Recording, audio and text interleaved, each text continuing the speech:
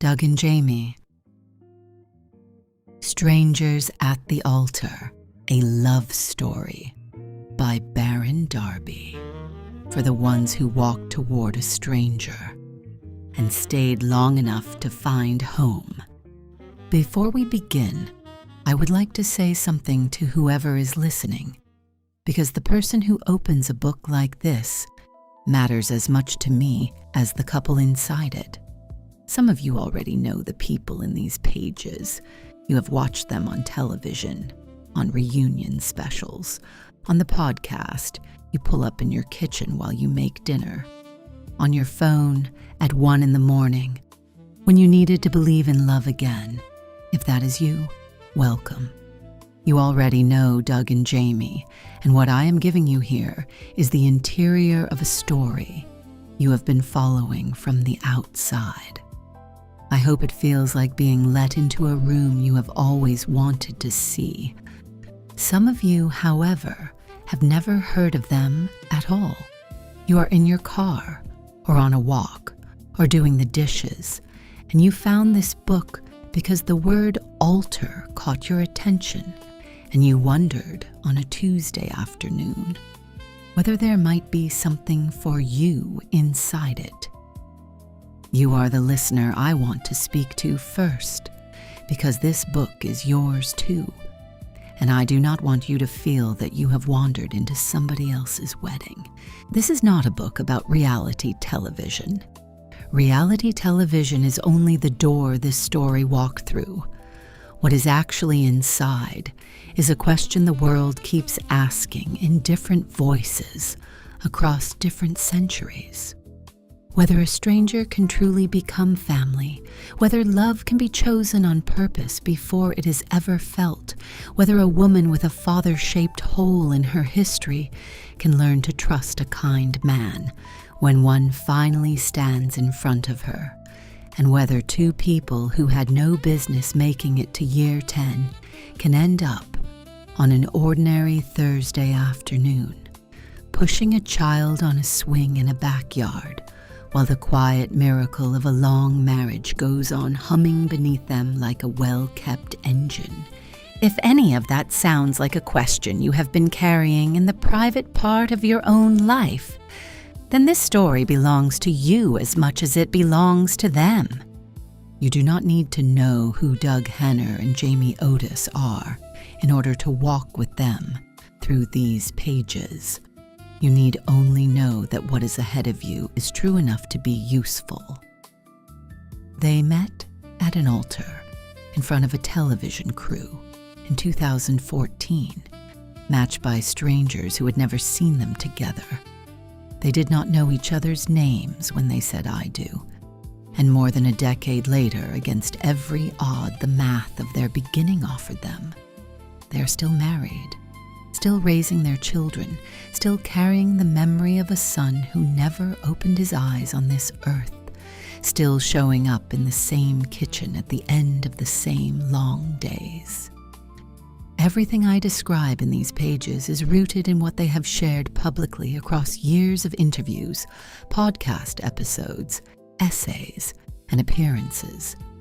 The interior of the story, the thoughts, the dialogue, the private scenes the cameras never captured, has been imagined with as much love and restraint as I could summon. The truth of the marriage is theirs. The telling is mine. Prologue. Jamie. They told me love would show up easy, that if I was patient and kind, if I prayed enough and worked on myself enough and waited long enough at the right window, it would walk up on its own one afternoon, introduce itself, and stay. That is a lie that people tell women, so we keep looking for it. And mine, as it turned out, did not show up that way at all. Mine showed up inside a white dress I was not entirely sure I should be wearing, in a small, bright room with no windows I would remember later, with a microphone no larger than a pill pinned just above my heart, close enough to my skin to hear me breathing, and I was breathing the way a person breathes when she has forgotten how. somewhere on the other side of a door, 3 turns down a hallway, I would also not remember. A man I had never seen was waiting to become my husband. I did not know his face, or his voice, or the shape of his hands, or whether he prayed at night, or whether he was going to turn out to be the man I walked home to for the rest of my life, or the worst mistake I had ever made in it. I only knew one thing that morning, standing in that dress in that room.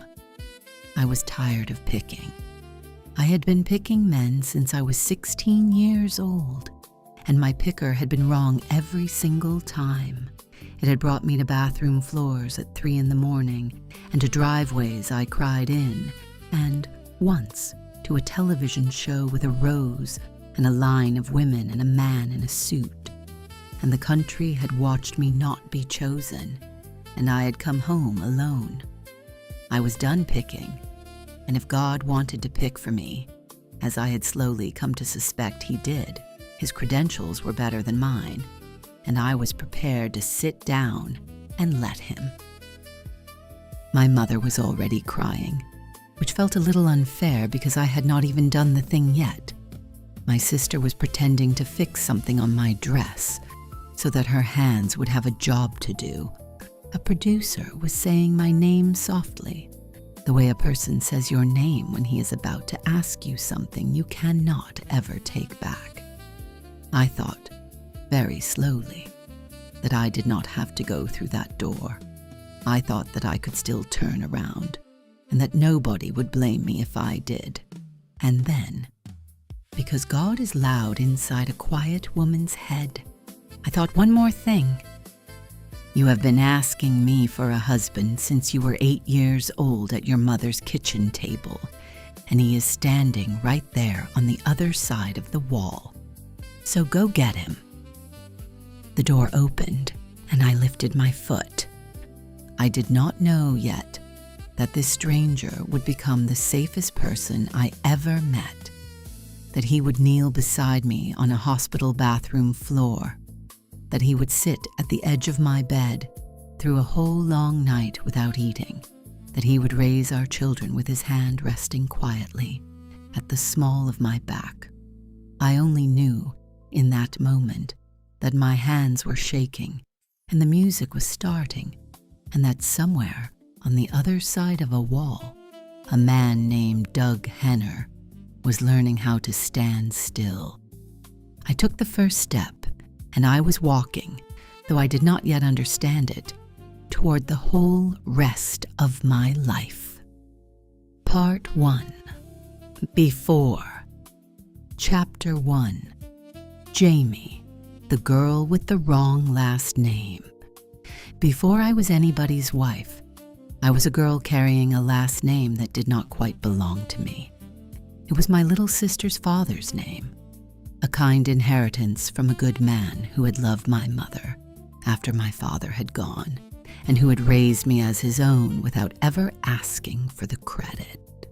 It appeared on every report card and every dentist's clipboard, and every substitute teacher called it out at the top of the hour without knowing what it cost me to answer to it.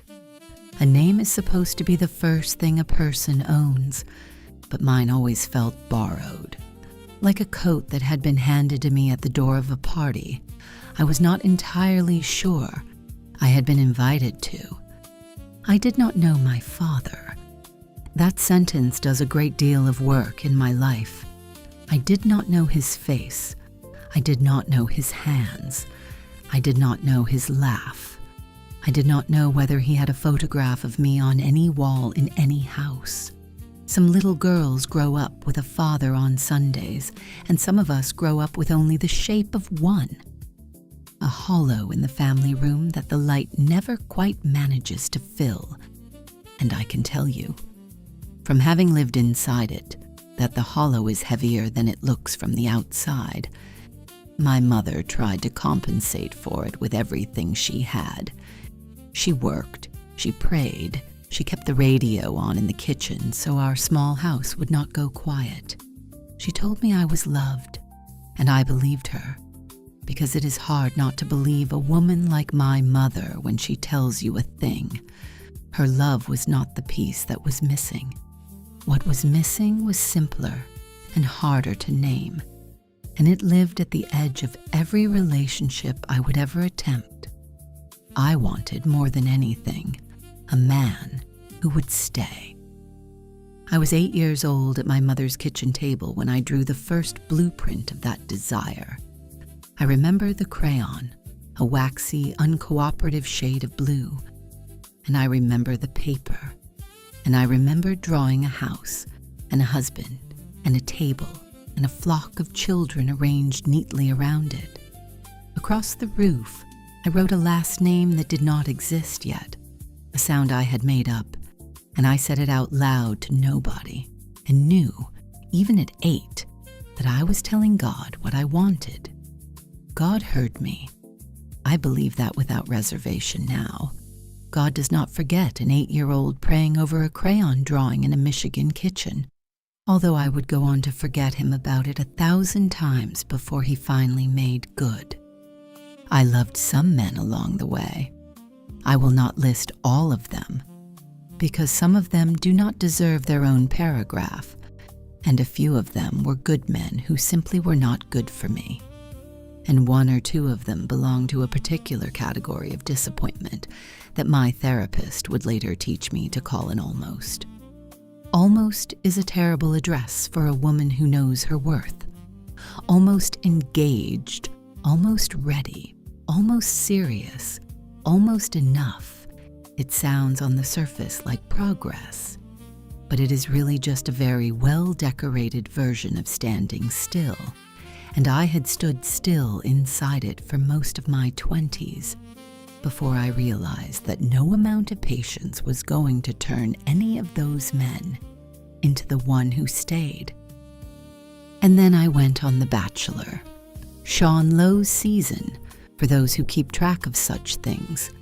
A nice man in a suit who was about to choose somebody else, and whom I loved on the strange accelerated schedule that only reality television permits. The woman he did choose is a lovely person, and I have no fight with her. My fight, when I finally understood the source of it, was with my own heart, which had picked another almost, and had done so in front of the country. I grieved that particular loss in the ways that a person grieves a loss other people do not consider a loss. At red lights, in checkout lines, on the bathroom floor at 3 a.m. with the tile cold against my cheek, asking God out loud not to let this be the story. My sister found me on the floor like that once. She did not speak. She sat down beside me, rested a hand on my back, and breathed with me until I remembered how to do it on my own, which is the kind of thing a sister does, and which remains, to this day, the first draft of every love I have ever gotten right. Shortly after that season ended, I began to see a therapist, a gentle woman with reading glasses on a beaded chain, who let me cry and let me talk and let me say the things that nobody else in my life was paid by the hour to hear. One afternoon, in a quieter voice than she usually used, she leaned forward a little and asked me a question I had been dodging my whole life. "Jamie, do you understand that you have been looking for your father in every man you have ever tried to love?" The sentence broke me in half in one hearing. I had been asking every boyfriend I ever had to travel backward in time and repair a wound he had not caused, to reparent me, to prove the first man wrong, to undo by accident a damage that had been done on purpose long before he arrived. When I finally said out loud that I did not know how to stop, she told me I did not have to know how. I only had to be willing. I carried that word home with me like a candle. Willing, willing, willing. I said it to myself in the car at red lights and in the shower. and in the last moments before sleep. And the more I said it, the more it began to sound like the first true prayer I had ever prayed. A week later, a friend forwarded me an email from a casting company with a subject line so ridiculous that I laughed out loud at my kitchen counter before I even opened it. Would you marry a stranger at the altar? My first reaction was instinctive. Absolutely not. I've embarrassed myself on television exactly once, and I am not a clown. But I did not delete the email, and this is the thing about prayers you have been praying for a decade, without realizing you are praying them. They have a habit of knocking on strange doors. For 3 days, I carried the email around in the back of my head, the way a woman carries a pebble in her shoe. I thought about it in the shower and in the car, and at the red lights where God has always met me. I said, at one of those red lights, that I did not want to do this, that I was afraid of it, and that I was more afraid in the end of continuing to do what I had always done. I told him I had been picking wrong my whole life, and that I was tired of picking, and that if he wanted to pick, he could pick. The light turned green. The air in the car did the still, attentive thing that air does when a prayer has been heard. Not thunder, not a parting of the sky, only the small particular hush of a pot of water about to boil. And I knew, without having to be told, what my answer was. I filled out the application at 1 a.m, at my kitchen table, in a hoodie that belonged to somebody else, with the cross necklace my mother's grandmother had worn still at my throat. I wrote the truth into every box, about the ghost father, about the man on television, about the crayon drawing of the table carved out of a single piece of wood. On the final question, why would you marry a stranger? I sat for a long time, and then I typed a single sentence. Because strangers have not hurt me yet. I hit send before I could read it back. Somewhere in a kitchen in New Jersey, on that same gray morning, a man I had never heard of was pouring himself a second cup of coffee and saying good morning to his mother, unaware that the whole rest of his life was about to turn a corner and walk into him. God was in both kitchens that morning. We were the last ones to find out. Chapter 2. Doug, the same man on Tuesday. My mother named me Douglas, which is a name with a little weight to it. The kind of name that expects something of the man wearing it. Everyone has always called me Doug, which is the softer version of the same person. The one who sits at the kitchen island and eats the piece of bread his mother did not mean for him to eat, who fixes your wireless router without mentioning that he fixed it, who picks up the phone on the first ring when his sister calls. Both of them are me. Doug is who I am most of the time, and Douglas is who I am trying to become. And I suspect that is true of most men who were named something slightly larger than they felt they deserved. I grew up in New Jersey, in a house with a kitchen table that wobbled on one leg unless you wedged a folded napkin under it, and a radio my father played on weekend mornings at a volume so low it was almost a suggestion of music, rather than music itself. There were 2 parents at that table who had chosen each other a long time before I arrived, and who kept on choosing each other, quietly, and without making a production of it, every ordinary day of my childhood, and the most consequential piece of my upbringing, the one I would not fully understand until I was grown and trying to do the same thing, was simply that I had seen a marriage that worked. That is not a small inheritance. A great many men my age have never seen one up close. They have seen marriages blow up in driveways.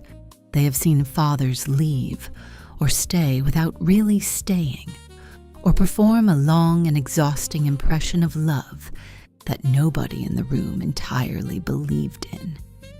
I had seen a quiet, stubborn version of the real thing. My mother packing my father's lunch for 25 years and pretending not to enjoy it. My father dancing her around the linoleum on a Tuesday for no reason at all. Both of them apologizing when they were wrong, and sometimes gently when they were not. I watched that marriage the way other boys might have watched a film reel, and by the time I was 12 years old, I had privately decided that I wanted to build one of my own, though I would not have said so out loud, because the boys in my neighborhood who admitted to wanting to be a husband when they grew up tended to be looked at a certain way. I worked in technology. I went to church because my father went to church, and I began to pray on my own in my 20s, not because I had a revelation, but because I had, as I grew into adulthood, a quiet, I did not know what else to do with. That is how a great many men find God, in my experience, not in the sanctuary, but in the car, or in the shower, or on the long drive home with the radio turned off and the questions rising up one at a time. Am I a good man? Am I a good son? Am I what my father thinks I am when he is not looking? Am I going to be somebody's husband someday? Or am I going to be the guy at my brother's wedding who brings a +1 nobody remembers? I had the car prayers. I had a lot of them. By the time I was 30, I had developed the kind of quiet ache that good men develop when the life they want requires another person to agree to show up, and the other person is taking her time. I had been praying about her for years without knowing her name, praying that her mother had been kind to her, that her father had been present, that she had not been hurt too badly by men who looked a little like me, that when I met her I would recognize her, and that she would be able to laugh at me without breaking me. I prayed those prayers on 100 Sunday mornings with my eyes unfocused in the middle of a sermon, and I prayed them at 100 red lights, and I had begun, by the end of my 20s, to worry, in the private, unbragging way a man worries, that the wedding invitations were outpacing the birthday parties, and that something was happening to everyone else that did not seem to be happening to me. The thing that finally broke the pattern was not a revelation. It was a friend at a Christmas party, somewhere between a second beer and a plate of his mother's meatballs, who leaned across the kitchen island and told me about a television show. An experiment, he said, strangers matched by experts, legal marriage on the first day, no audition period, no dating, no pretending. You met at the altar, you said I do, and you and this other person spent the next several weeks finding out whether the thing had any legs. I laughed at him, because it was, on the face of it, the stupidest idea I had ever heard, and then because he was a good friend and had earned the right. He told me very plainly that being 30 and still alone was not a smaller absurdity, and that he had watched me be ready for 5 years, and that maybe it was time to stop assuming God was going to send her the regular way. I drove home that night in a particular kind of silence, and I said to God, at one of the red lights where he and I have always done business, that I was a man who had been ready for a long time, that I did not know how to find the person who was supposed to find me, and that I was asking him to do something with this that I could not do on my own. The light turned green. I went home, and I filled out the application, and I did not tell my parents for 2 weeks. When I finally did tell my mother, she put her hands over her mouth and did not say anything for a long time. "Oh, Doug," she said at last, "do you know what you are doing? I told her, honestly, that I did not, and that I was going to find out. My father was quieter than my mother, as he is always quieter than my mother, because that is how the marriage works. He poured himself a modest glass of something brown. He stood for a minute at the kitchen sink, looking out at the window above it, and then he turned around and handed me my whole future in a single sentence. I have been saying to myself every day for the rest of my life. Son, he said, whoever she is, just be the same man on Tuesday that you are on Sunday. I don't know what else there is. That is the whole thing. He was right. It is the whole thing. I have said that sentence to myself in hospital rooms and in fights and in the middle of the night with a baby on my shoulder. In mornings, I did not want to get out of bed, and in afternoons, I did not want to come home. It is not a sermon. It is a flashlight, and a flashlight is exactly what a man needs when the room goes dark. I went to the casting calls, sat in the folding chairs, let the producers ask me their questions about my family and my exes, and the fights I had lost, and the fights I had won, and told them the truth every time they gave me a box to put it in. She has to be kind, I said. She has to know how to laugh, and she has to want children, and she has to love God at least a little, even if she is still working the whole thing out. She has to know how to fight and how to come back from it. And then, because I almost did not say it but could not leave it out, I told them the last and most important thing. She has to be able to sit next to me on a couch in the quiet. Any woman can handle me at a party. Any woman can manage the Sunday version of a man. I needed a woman who could survive the Tuesday version, who could hold my hand in a room with nothing playing and not mistake silence for absence. I signed the papers that afternoon without knowing her name or her face, and without knowing that somewhere in a kitchen, several hundred miles away, a woman with her sister's last name had just hit send on an application that used the word willing.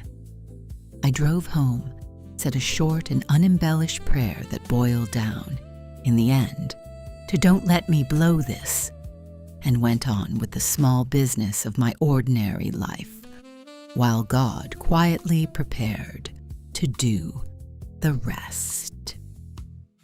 Chapter 3. Jamie, the yes that walked me down the aisle.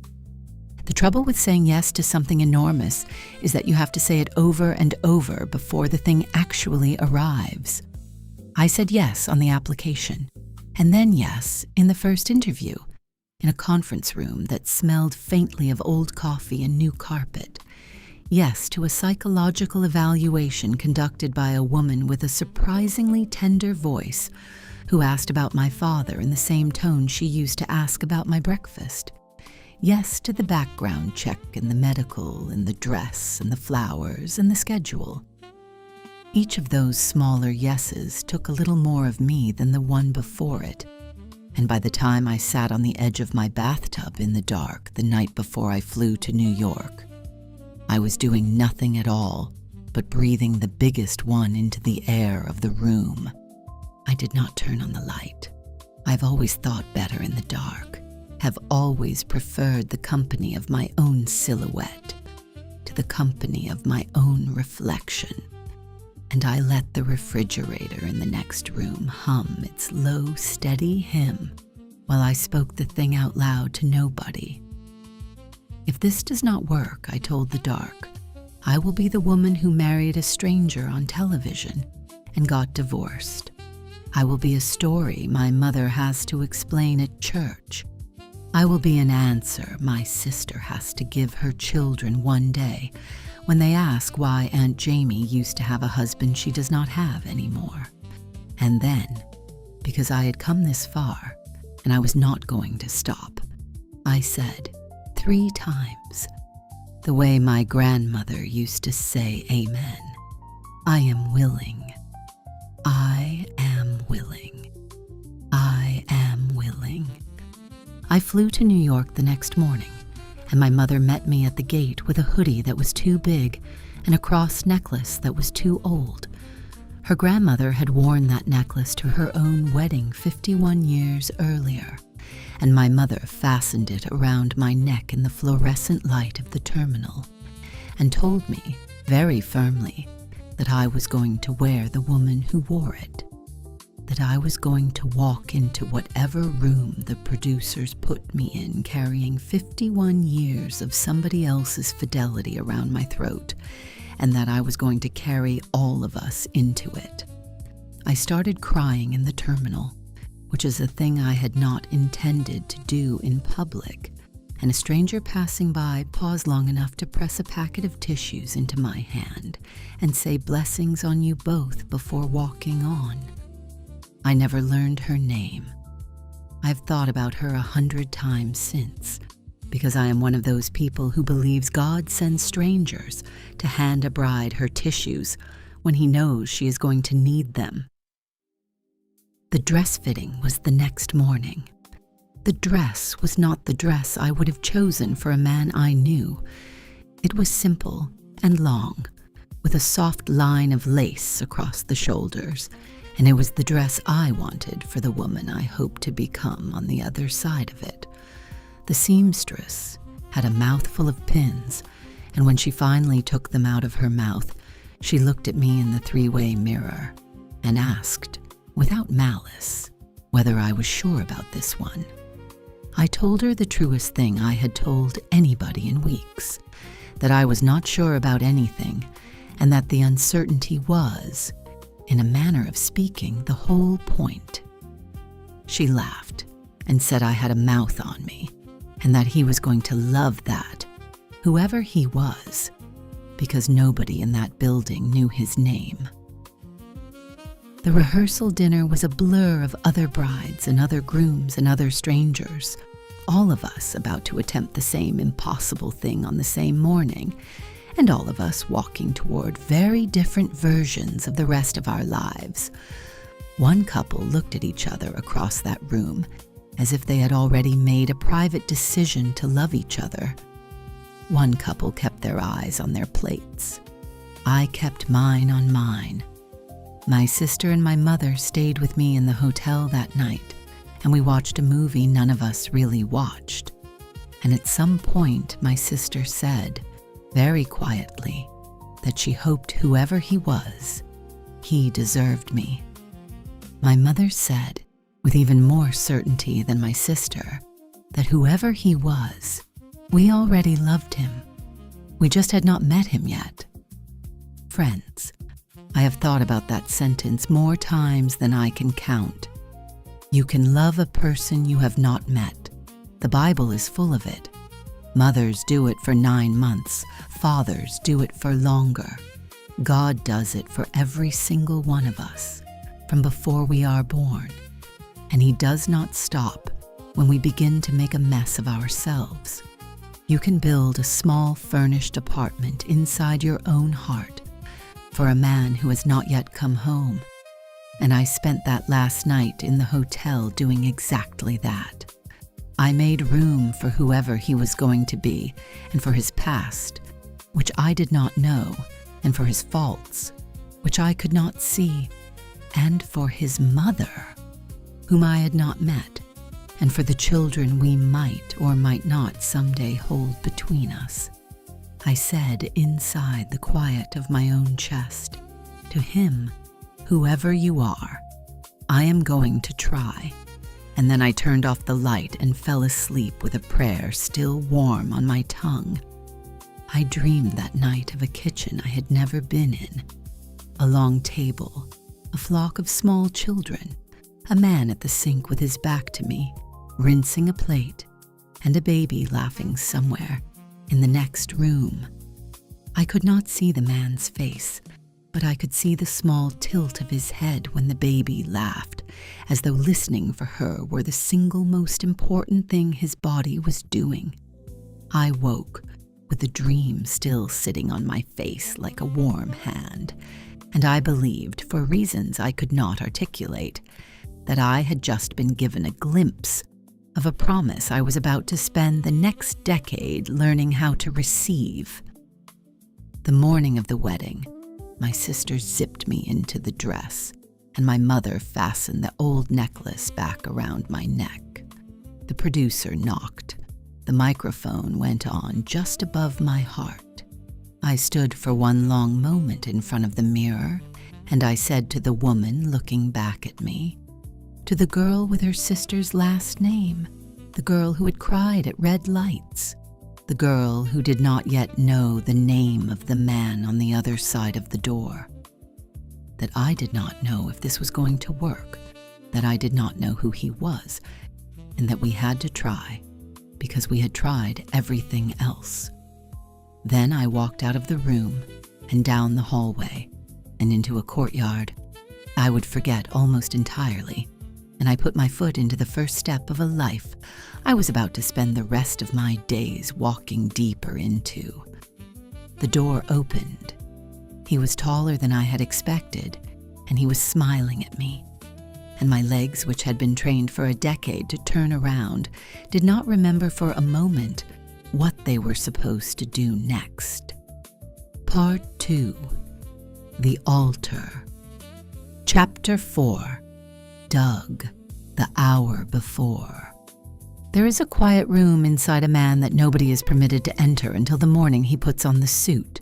Not his mother, not his brothers, not the pastor, and often not even he himself. It is a small chamber in the chest where he has been quietly filing away every better version of himself he has ever hoped to become. The good husband, the good father, the good son his grandmother can brag about at church. That room stays locked for most of a man's life. He might open it on a long drive home, or at a funeral, or in the middle of the night when a song comes on that he has not thought about in years. But on the morning I put on the rented suit and stood in front of a hotel mirror, waiting to meet the woman I had agreed to marry, that room came open all the way. The suit fit the way a rented suit fits, which is to say almost. The collar pinched. The cuffs were slightly short. My hair was doing the uncooperative thing my hair does when I am nervous, which is to refuse all help and sit on my head exactly the way it had decided to sit on my head when I woke up. I looked in the mirror, and the man looking back at me was not Doug. Not entirely. He was Douglas, the taller, quieter, more deliberate version my father had been trying to raise out of me since I was a boy. Douglas had more gray in his beard than I actually had. He had a wife on his arm, and he was watching me with the familiar, steady amusement of a man who had decided, a long time ago, what he thought of me, and was only checking in on the details. I straightened my own tie, and I said to him, out loud, "All right, Douglas, let us be who you have been." Then I prayed, a short, unembellished, New Jersey kind of prayer, because that is the only variety my people know how to make. Okay, here we go. Don't let me blow it. My father came in a moment later, closed the door behind him, and looked at me for a long second with the same expression he had been giving me since the first day of every school year of my childhood. Steady, a little amused, not yet decided about whether today was the day I became somebody and ready for it either way. He asked if I was ready, and I said the only true thing I had to say on the subject, which was that I was not the kind of ready you could prepare for. He said no. That is the only ready that counts. He adjusted my tie for me, the way he had adjusted every tie of my life. 2 fingers, 1 small twist, the same quiet humming under his breath that I have never in all my years heard him produce anywhere else in the world. Then he held me by the shoulders for a second, and he said what turned out to be the most important thing he would ever say to me. which was not a sermon but a small, careful instruction delivered in the voice of a man who had been thinking about it for a week. Son, whoever is about to walk through that door, she is nervous. She is more nervous than you are. She is probably terrified. You remember that. You remember that she is somebody's daughter. You remember that she is trying. You just be kind. That is the whole thing. Be kind when it is easy, and be kind when it is hard, and be kind when she is wrong, and be kind when you are, and most of the rest of it will take care of itself. He told me he loved me, which he does not say often and does not need to, and I felt in that moment the particular gravity of having been raised, not perfectly, not without mistakes, but on purpose, by people who meant to do it, and the quiet terror of being about to become the one doing the raising myself. He opened the door, and I walked down the long, bright hallway toward the sound of a room full of people waiting. I carried my shoulders the way my father had taught me to carry my shoulders when I did not know what was coming. Square, level, open. Inside my head, I was saying the same sentence to myself over and over, not quite like a rosary, and not quite like a mantra, but a little of each. Be the same man on Tuesday that you are on Sunday. Be the same man on Tuesday. Be the same man. When the doors at the end of the hallway opened, I heard the congregation stand up all at once. And if you have ever been at the front of an aisle with your back to it, you know that there is no other sound in the world like a room full of people rising at the same moment for a bride. It is a holy sound. You do not have to see her yet. You feel the air change behind you, and you understand that love has just walked through a door. I turned around because that was what I had come to do, and whatever remaining composure I had been holding in reserve came apart in my chest, like wet paper. She was beautiful.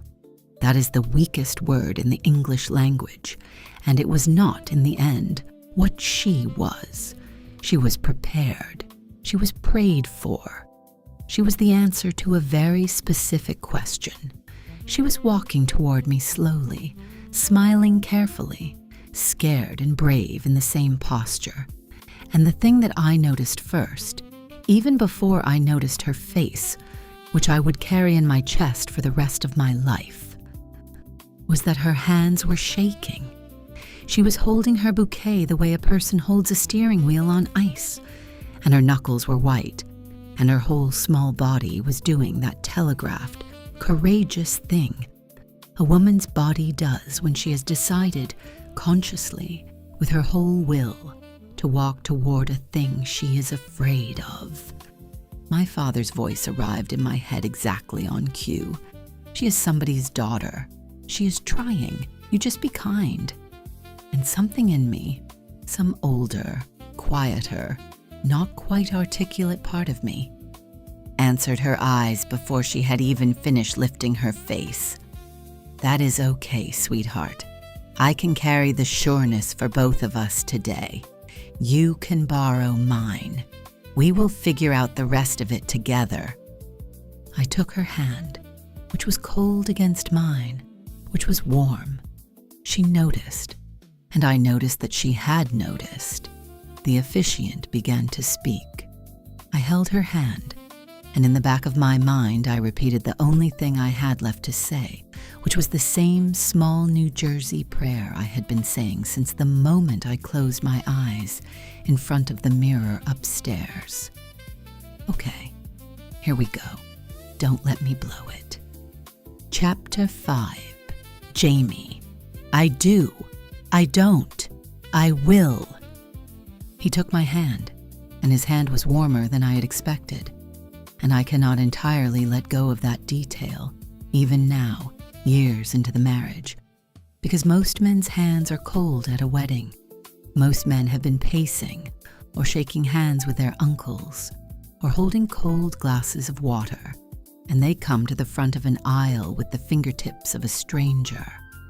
Doug's hand was the hand of a man who had been standing still, on purpose, for a very long time, and nobody had warned me that when I reached for the stranger, I had agreed to marry. What I would find there would be a man whose body had been waiting. The officiant was saying something, and I was half hearing him in the particular way a bride half hears the small print of her own wedding, the words slipping in through my ears and stopping somewhere short of the part of me that actually needed them, because that part of me was otherwise occupied. That part of me was looking at a stranger's jaw and a stranger's collar and the small vertical scar at the corner of a stranger's eyebrow, and trying to decide whether any of this was real. I will tell you the truth, because I have told it in public before, and I have never once been sorry that I did. When I first looked at Doug, my whole body said no. It was not his fault. He was, and is, a good-looking man. He is tall, and he has a kind face, and there was nothing wrong with him. That was actually the trouble. Every man I had ever wanted had been a little bit wrong for me. I had a type, and my type had been damaged, and this warm-handed, steady-eyed man on the other side of the officiant did not fit it. My body recognized him as not wrong and did not know what to do with that. The only language my body had for not wrong was suspicion. It was not attraction I was missing. Attraction comes, eventually, in the slow way it always has. It is the decoration of a love, not its foundation. What I was missing, standing there in the dress, was permission. Permission to believe that something this gentle was actually for me. I had never in my life been loved by something this gentle. The thought went through me like a piece of small weather. He is too kind, I told myself. You are going to break him. And then, right on the heels of that one, a truer thought, the kind that seems to come from somewhere deeper than you do. Maybe he is the one kind enough not to break. I held on to that one. The officiant asked me if I would, and in the half second before I opened my mouth, I felt every single no I had ever said to the man who had left me in a driveway, to the man who was supposed to have been my first marriage and had chosen not to be, and most of all, to the no my father had said without ever saying it, to the very concept of me, before I was ever born. And then, for the first time in my life, I felt a yes that was not a reaction to any of those, a yes that was only a yes that was not trying to prove anything to anyone, a yes that was shaped precisely and without explanation, like the life I was about to walk into. I do, I said, and it came out more quietly than I had meant it to. Doug's hand squeezed mine. I squeezed back, because I had a great deal to tell him and no vocabulary for any of it yet. No way to say I'm going to fail at this 50 times in the first year, and I need you to be exactly the same man on Tuesday that you are right now. And so I let the pressure of my fingers attempt, clumsily, the work of a whole sentence. He squeezed back. That is how we were married. He read his vows from a piece of paper he had folded into his jacket pocket, and they were not clever, and they were not poetic, and they were exactly what a man writes when he is promising only the things he actually knows how to keep. He opened with a joke, which I was not expecting.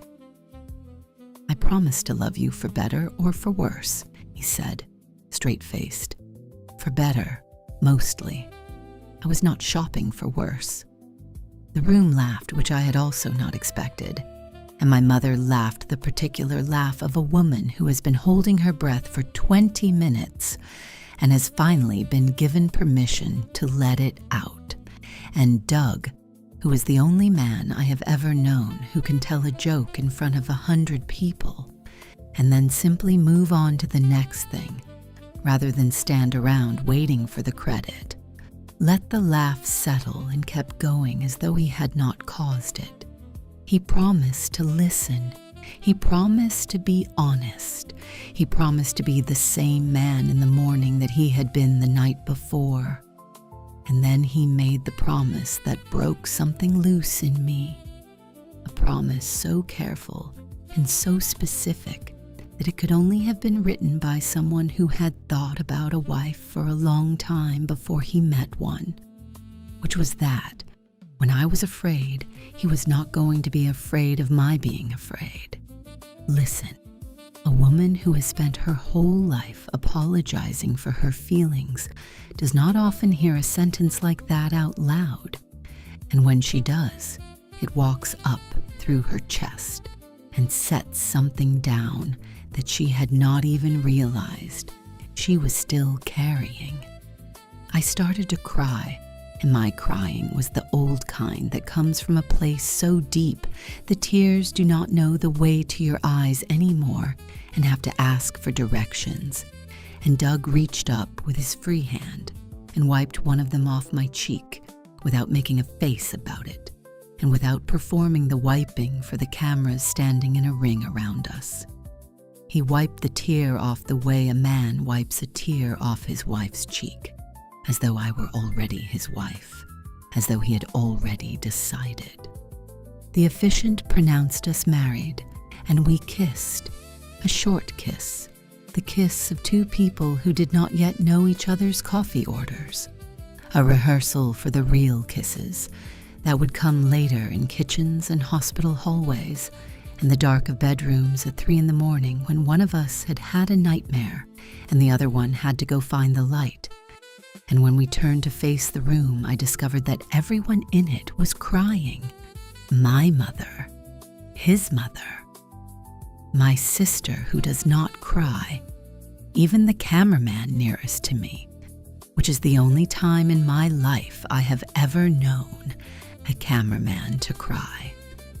I remember thinking, in no particular order, that I did not know what we had just done, and that I did not know who he was, and that I had just promised everything I had to a man who was still, structurally, a stranger. And then one last thought, a thought that would carry me, in the years after, through every question the world asked me that I could not yet answer, settled quietly inside me. I am going to find out. I was going to find out who he was, and who we were, and what God had just done, if anything, inside that room, with our hands warm against each other, and our vows sitting in the air above us, like small, embarrassed angels who did not yet understand what had been asked of them. That was the yes underneath the yes, and it has always been the yes. Chapter 6. Doug, the first look and the first night. What nobody tells you about the reception after a stranger's wedding is that it is, in its own peculiar way, more beautiful than a regular reception. Because at a regular reception, everybody has already long since decided about the couple, and the day is simply the public ratification of a private conclusion that was arrived at years earlier, whereas at ours nothing had been decided yet, nothing at all. Every glance between Jamie and me was a fresh piece of information. Every time our hands bumped pouring champagne, one of us flinched. Every time I tried, without thinking, to put my hand on the small of her back, the way I do with women I love, because my mother is short, and that is where my arm naturally lands. Jamie startled a little, not because anything was wrong, but because her body had not yet filed me in the category of men permitted to touch her back. I did not stop doing it. I did not want her to feel like I was avoiding her, which would have been its own quieter cruelty, but I slowed my movements down to something telegraphed and announced, giving her a half-second of warning each time, so that my arm became a kind of choreography whose only message was, I am coming, and I am here, and you can move if you need to, and I am going to be here, either way. Somewhere in the middle of the reception between two toasts I do not remember, she looked up at me in the small gap between speeches and said the first sentence she had ever said to me that was just hers. Not a vow, not a line, not a piece of required ceremony, but a sentence pitched low enough that the cameras would not pick it up. You are really patient, she said. I told her I had had practice. She asked softly, at what? And I told her, waiting for you. She looked at me for a long second, and the edge of her eyes did a very small softening thing, a fraction of a millimeter, nothing I could have pointed to. And I understood, standing there with a plate of cake in my hand and my wife's face 3 feet from mine, that she was a woman who was going to defend herself for a long time, and that my job was not going to be to try to break her defenses down. My job was going to be to sit politely outside of them, month after month, until she herself decided to open the door. That was the moment I fell in love with my wife. I know people expect me to say the altar, and the altar was beautiful, and the altar was a decision, but the altar is not love yet. Love is what happens quietly. When a person is in a room with you being themselves, and you decide, very privately, that you would like to keep looking at that person being themselves for a long time to come. Over a slice of cake and a loud reception, I decided I would like to keep looking at Jamie being Jamie for as long as the Lord would let me. I did not tell her. She would not have believed me. She would have assumed I was being nice, or being on television, or being polite. She needed me to prove it in small movements over a long span of time, the way a person proves a faith, which is never by announcing it, but by living it until it begins, almost by accident, to live in other people. The producers drove us to the hotel. Neither of us knew what to do with the suite they had prepared. A room full of expensive silences, with a couch we were both afraid to sit on, and a bed neither of us was going to mention for a while. And so we sat down, she on her end, I on mine, at a distance that was not cold but shy, the distance of a woman who had been practicing not being touched for a very long time. I did not close the gap. I said very plainly that I was not going to do anything that night that she did not want. And I told her that I was not saying so as a policy, but as a fact, and that the only program for the evening was whatever she told me she wanted it to be. She started to cry, and she cried the particular way a woman cries when something that has been pressing on her lungs for a decade has finally been given permission to come out. I did not know why she was crying. I did not ask. I had learned enough about her already in the short hours of our marriage to understand that sometimes a woman has to cry for her own reasons, and the kindest thing a man can do at such a moment is not demand an explanation.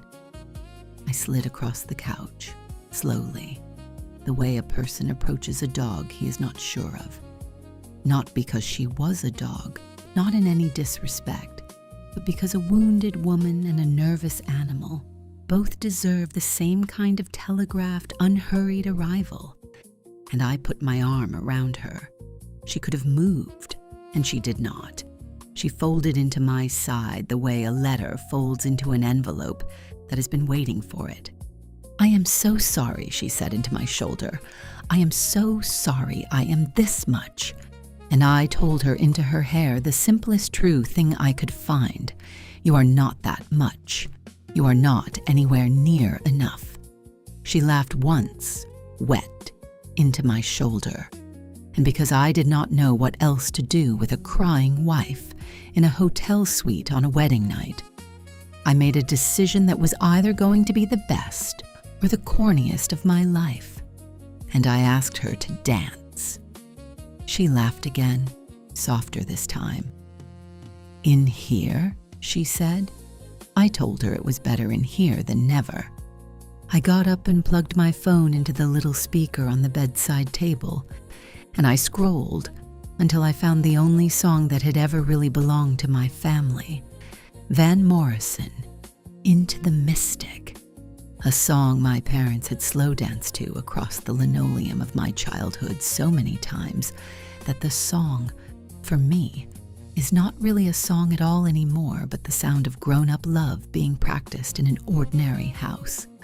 I pressed play, held out my hand, and said, "Mrs. Hehner." She looked at me for a long second, and her eyeliner was on her cheekbones, and her lipstick was gone, and her hair had come loose on one side, and she was the most beautiful thing I had ever seen. She stood up and put her hand in mine. I was not a good dancer. I had not been a good dancer at any point in my life, and I was not going to suddenly become one in a hotel suite in Brooklyn. I stepped on her foot twice and apologized into the top of her head both times. I promised honesty. I told her the second time. I did not promise rhythm. She laughed into my chest, and her head came to rest against my shoulder, and she fit there the way a thing fits when it has been drawn up somewhere in advance, and you are only now getting around to checking the measurements.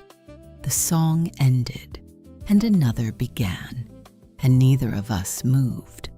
We danced through that one too, in a slower way, not really dancing by the end of it, just two people holding on to each other in a room that did not belong to either of them, on the first night of the rest of their lives. I did not say anything for a long time. I only kept one hand at the small of her back, where my arm had been trying to rest all day, and I was still, the way my father had taught me to be still, and I waited for her to decide whether this was going to be real. Chapter 7. Jamie, Dominican, where I started to breathe. We flew to the Dominican Republic for our honeymoon, which is a ridiculous sentence to type even years later, because the words alone sound like a fairy tale, and we were not a fairy tale at all.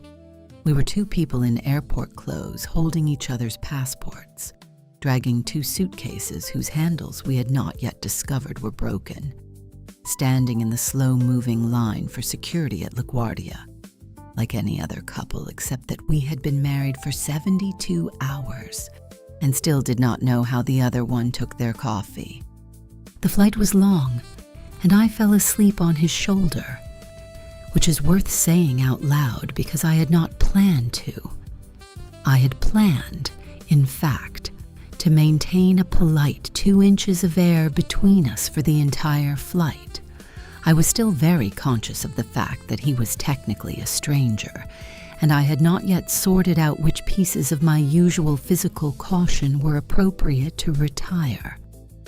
But somewhere over the Atlantic I dozed off, and when I came back to myself, my head was on his shoulder, and his arm was around me, and his book was open in his lap, unread, as though he had been afraid that turning the page would wake me. I did not move right away. I kept my eyes closed and listened to him breathing, and I thought with a clarity that surprised me that I had forgotten what it felt like to trust the body of a man in the dark. I had dated. I had kissed men. I had slept with men. I had believed I was going to marry. But there is a particular kind of trust a woman only receives from a man whose whole organization of himself is bent in the direction of not harming her, and I had not had that before. The men I had loved had always had another agenda, had always been trying to take something even when the rest of them had meant to give. And Doug's body, in that airplane seat over the water was not trying to take anything. Doug's body was only trying to hold his book still. When I finally opened my eyes, he looked down at me and said hello, and I said hello, and he said, with the small amusement of a man who has been trying very hard not to move, "Good nap." I apologized for sleeping on him, and he told me not to be sorry, that I could sleep on him, he thought, for the rest of my life, and he would not find it an inconvenience. I did not say anything to that. I did not know what to say. I filed the sentence away instead, in the deep interior pocket I kept for the small miracles I was beginning to suspect were being granted me. And I have carried that sentence around inside me every single day since. The island was blue, every shade of it. The water blue, the sky blue, the pool tiles blue, the linen napkins at dinner blue, as if somebody had heard in advance that we were arriving with a great many complicated feelings and had decided to install us inside a color that was not going to add any new ones. The first 2 days were awkward in the particular way. A honeymoon is awkward for two people who have been instructed by professionals to fall in love on a specific timeline. We took the walks, ate the dinners, laughed at the right times, and were aware of the cameras the whole while, even when the cameras were not in the room, because the cameras had taken up residence inside us as a kind of internal weather. On the third night, we figured out how to turn the weather off. We were sitting out on our little balcony with the ocean doing its patient, indifferent nighttime thing, making the sound of a world that does not care what you have or have not accomplished with your afternoon. And Doug had poured us 2 glasses of wine and taken the chair across from me rather than the chair beside me, a small decision I noticed and appreciated, because chair across is a conversation and chair beside is a performance. He asked if he could ask me something. I said yes. He asked me to tell him about my father. I froze. I had not told him about my father. Nobody on the show knew. The producers, in all their interviews, had danced around the subject with the professional delicacy of people who had been instructed not to touch it. And my father had sat in the corner of the story, like a shape that all of us were going to pretend was a piece of furniture. I asked him how he had known there was anything to know. He said simply that he had noticed me flinch, almost imperceptibly, when somebody at the reception had used the word father in a toast. He had filed it away, the way he filed everything, and he had waited until we were alone on a balcony in another country before he brought it up to me. I had 2 choices sitting in front of me, in the warm dark of that balcony, the short version, which was, I didn't know my dad. It is fine, moving on, and the long one, and for a long minute I weighed them both, the way a woman weighs 2 doors. I thought about what my mother had said in the airport, which was that halfway was not a marriage. I thought about my therapist, who had told me I did not have to know how to stop. I only had to be willing. I thought about the last 10 hours on the plane and the way he had been afraid to turn the page of his book for fear of waking me. And then I told him the long version. I told him about the last name that did not belong to me. I told him about the ghost. I told him about the ceiling at 3 in the morning, and the bathroom floor, and the television show that had sent me home alone. I told him about the therapist and the sentence about my father. I told him, in short, things I had never told anyone who had not already loved me for a decade. He did not interrupt once. He did not nod too much. He did not do any of the small performative things that men's faces do when they are pretending to listen, but are, underneath it, formulating a response.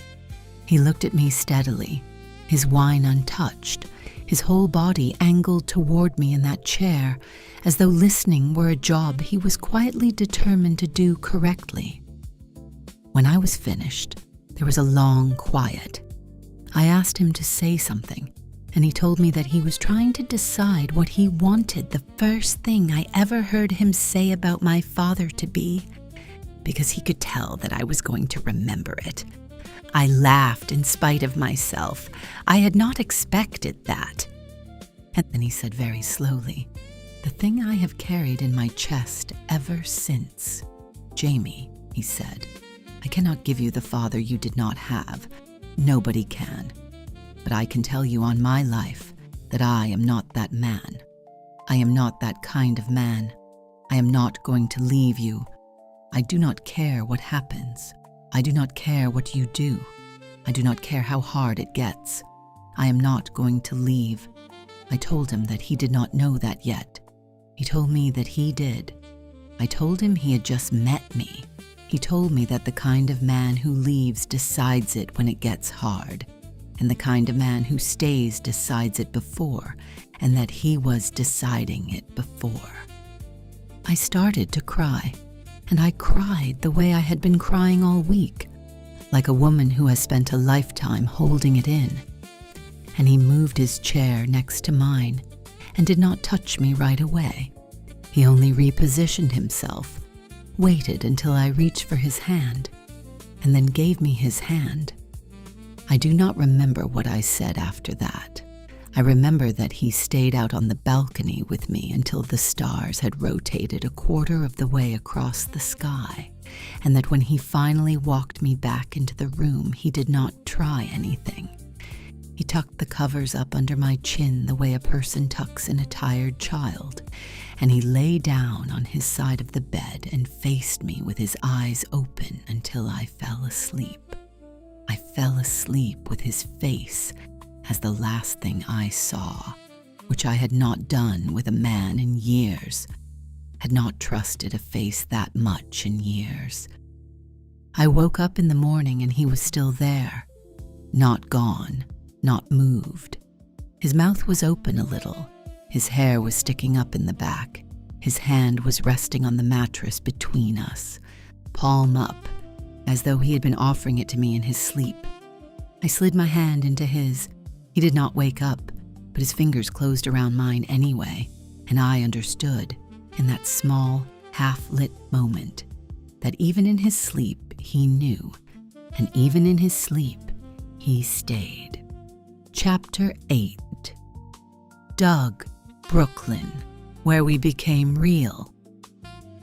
We came home from the Dominican to a 2-bedroom apartment in Brooklyn that a production company had furnished for us.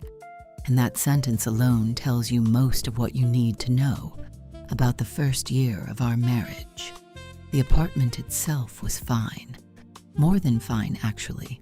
It was a Brooklyn apartment in a good neighborhood with floors that slanted in the friendly way old Brooklyn floors slant, and a couch that was new, and a bed that was new, and dishes that were new, and a set of salt and pepper shakers that were still in the cardboard waiting for us to open them. Nothing in that apartment had a story yet. Nothing in that apartment had been somewhere before. I stood in the kitchen the first afternoon and felt an emotion I did not have a word for. Something like homesickness for a home I had not yet lived in. Something like grief for all the ordinary small domestic arguments that other couples had already had by the time they moved into their first place together. Which drawer for the forks? Which side of the bed is mine? What do you mean you do not like my mug? We had not had those. We had had cameras. And now, very suddenly, it was only the two of us in a kitchen. "So," I said, "this is ours." And Jamie, standing on the other side of the island with her arms crossed as if the apartment were cold, which it was not, said the sentence that I would not fully understand for many years. "I do not know where the forks go." I told her, mildly, that I did not either, and that we would move them if we put them in the wrong drawer. She looked at me then with an expression that did not quite belong to the subject at hand, and she told me, quietly, that she had never had the kind of life where she was allowed to move forks. I did not know in that moment exactly what she meant. It would take me years to learn that her whole life, up until the morning she walked through that courtyard to meet me, had felt temporary. Every apartment, every relationship, every version of herself. And that when a person grows up inside that kind of quiet temporary weather, every drawer feels like somebody else's drawer, and you do not put your forks in it, but keep them, instead, in a box. Jamie spent most of our first months in Brooklyn trying to keep her forks in a box. I spent those same months trying patiently to convince her that the drawer was hers too. Our first real fight was about a binder. I want you to sit with that for a moment, because the story sounds like a joke until I explain the binder. A 3-ring binder with a navy blue cover and a white label that Jamie had typed herself, containing the color-coded tabs of an almost wedding that had not actually happened. Before me, there had been a man. There had been a ring. There had been a church booked and a seating chart sketched, and because Jamie is, God bless her, a color-coded tab kind of woman, there had been a binder. The wedding did not occur. The binder had stayed, not because she missed the man who had not married her, not because she was waiting on him, but because it had been hers, and it had been a version of herself, and Jamie, as I was only just starting to learn, did not know how to throw out the previous versions of herself. I did not know any of this. I was simply, on a Saturday morning, trying to be helpful. She was at a brunch. I had decided to take a load to Goodwill, the kind of productive, self-congratulatory errand that a new husband runs when he wants to earn a little marital capital. And I had been going through the storage closet when I found a plastic crate I did not recognize. I did not open it. I did not look inside it. I did not think for so much as a single second, I wonder what is in this unfamiliar crate in the bottom of my wife's closet. I simply carried it out to the car along with a bunch of other stuff, drove to Goodwill, handed it across the counter to a teenager who could not have cared less, and came home feeling like a man who had put in a good Saturday's work. I fixed the bathroom sink for good measure. I washed my hands. I sat down on the couch to watch a game. Jamie came home, kissed me on the top of the head, went into the closet for something, and came out with a voice I had not yet heard in the short history of our marriage. "Doug," she said. "Where is the crate?" I said easily. "What crate?" she said. "The white crate."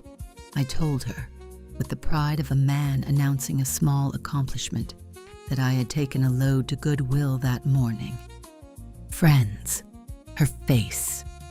Her face did a thing I had never seen, which was not the face of a woman mad at me about a crate, but the face of a woman who had just learned that a man she was tentatively beginning to trust had, without asking, without even looking, carried a piece of her private history out of her own apartment and handed it to strangers. She did not yell. She said very quietly, one sentence at a time, "Go, get it back." I will not lie to you about what the Goodwill parking lot feels like at 4 p.m. on a Saturday, when you are trying to recover a 3-ring binder you did not know you had donated. I went inside, and I asked the teenager at the counter, and the teenager did not know what I was talking about, and I explained the situation, and the teenager made a face that suggested this was somehow not the most unusual story she had heard that week. She led me to the back, and I dug through bins of other people's past lives for an hour, before I finally found the binder at the bottom of the third bin, crushed a little on one corner but otherwise intact. I carried it back out to my car the way a man carries a bomb, and I drove home in silence the whole way. Jamie was on the kitchen floor when I came in, literally on the floor, her back against the lower cabinets, her knees pulled up, a dish towel balled into one fist. She had been crying, and she had stopped crying. And she was in the particular place a woman ends up when she has moved past the crying into the colder question of whether she is going to let you back into the room. I sat down on the floor with her and put the binder on the linoleum between us, and for a long time neither of us said anything. Finally, she told me softly that she was sorry, and I told her not to be. She said it had not really been about the binder, and I said I knew. She asked how I knew, and I told her that nobody cries like that about a binder. She laughed then, a small wet laugh, the same laugh she had laughed on our wedding night. And she said the things she had been trying to figure out how to say since I walked in the door. "Doug," she said, "that binder is not my almost wedding. That binder is every version of me you did not get to meet." She told me she was going to keep being a woman who kept old versions of herself in plastic crates in closets, and that she did not know how to stop, and that she did not know when she was going to stop, and that she did not know if she was ever going to stop. She asked me if that was going to be okay. I told her that I had not been put here to clean out her closet. I had been put here to sit on the kitchen floor with her when I had accidentally taken something out of it. She cried one more small tear, and she crawled across the floor toward me, and we sat there with a goodwill-scented binder between us until our legs fell asleep underneath us, and the afternoon light had moved all the way across the apartment and out the other side. Then I stood up, pulled her to her feet, walked her into the living room, and turned on the radio. A song came on that I do not remember, something quiet, something unremarkable. Probably Van Morrison, because Van Morrison is the only music I play when I am trying to tell her something. And I asked her to dance. She told me that we were in our own apartment and that nobody was watching.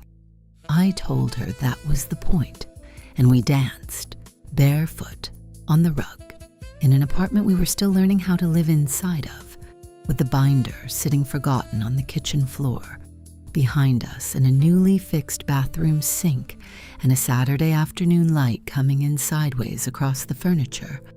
Just us, just a marriage, figuring out how to apologize. She laughed into my chest and told me I was not a good dancer. I told her that I had promised honesty, not rhythm. I am realizing now, years in, that a marriage is partly built out of the same laugh, repeated in increasingly important kitchens. Ours is built out of that one. We figured out the forks. We figured out the coffee mugs and the bed, and the way she brushes her teeth with her left hand, and the way I hum when I cook, and the way she has to have the closet light on to sleep, and the way I cannot sleep with a closet light on. And we worked all of those small things out, one small negotiation at a time, which in the end is what marriages are. One small negotiation at a time. Eventually, the cameras came back for the last days of the show, and they followed us around the apartment, filming us making dinner and talking on the couch, and they asked us separately whether we thought we were going to stay together. I said yes, without hesitating. Jamie paused before she answered. She was still pausing in those days, the way a woman who had always needed to check whether the fork was still in the drawer has to pause. But she said yes, too, and a few weeks later, in a room we did not decorate, in chairs arranged for us by a stranger with a clipboard. We were going to have to look each other in the eye and say it again out loud. They called it Decision Day. We called it Tuesday. Part 3, Becoming. Chapter 9, Jamie, Decision Day. The network had given us 8 weeks. 8 weeks to accomplish what most couples require 2 years to accomplish, and to decide at the end of them whether we were going to keep each other or hand each other back. They called the ceremonial end of it Decision Day, which is one of those terms that sounds soft if you have never lived inside of it, like a birthday or a holiday, like a little day you might circle on a calendar with a heart around it. It is not that kind of day. It is a courtroom day. You sit in a chair across from a man you have spent 2 months trying to fall in love with on a schedule, and you look him in the face in front of a camera, and you tell him, on the record, whether you are keeping him or giving him back. I had fallen. That, as it turned out, was not the hard part. The hard part, for a woman like me, was trusting myself to know it. I had fallen before. I had been sure before. I had been wrong, spectacularly and publicly, before. I had walked into every relationship of my 20s, announcing to anybody who would listen that this is it, this is him, this is the one. And then I had walked out of every one of those relationships saying, well, Lord, wasn't that something? I had learned somewhere along the way not to trust my own heart on large decisions.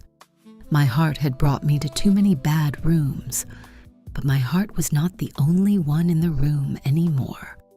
My mind had a say now, and my mind had been watching this man for 8 weeks, watching him in public and in private, watching him when his friends were not looking, and when my friends were not looking, watching him when he did not realize he was being watched.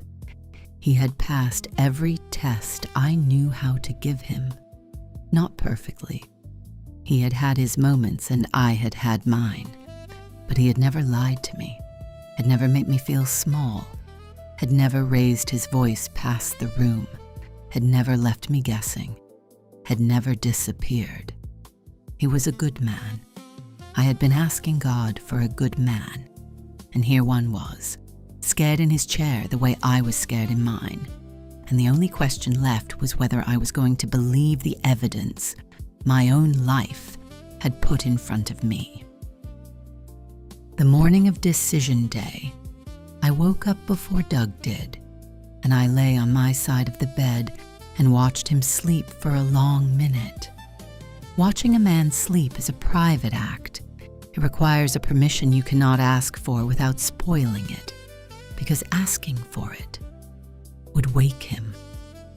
I watched him in the blue early light and thought, with a clarity that took me entirely by surprise, that I had already made my decision, that the decision had been made in 1,000 smaller moments long before the producers ever handed either of us a pen. By the time you sign a piece of paper, the paper is a formality. The real choosing happens earlier, in 100 quiet decisions to turn toward instead of away from.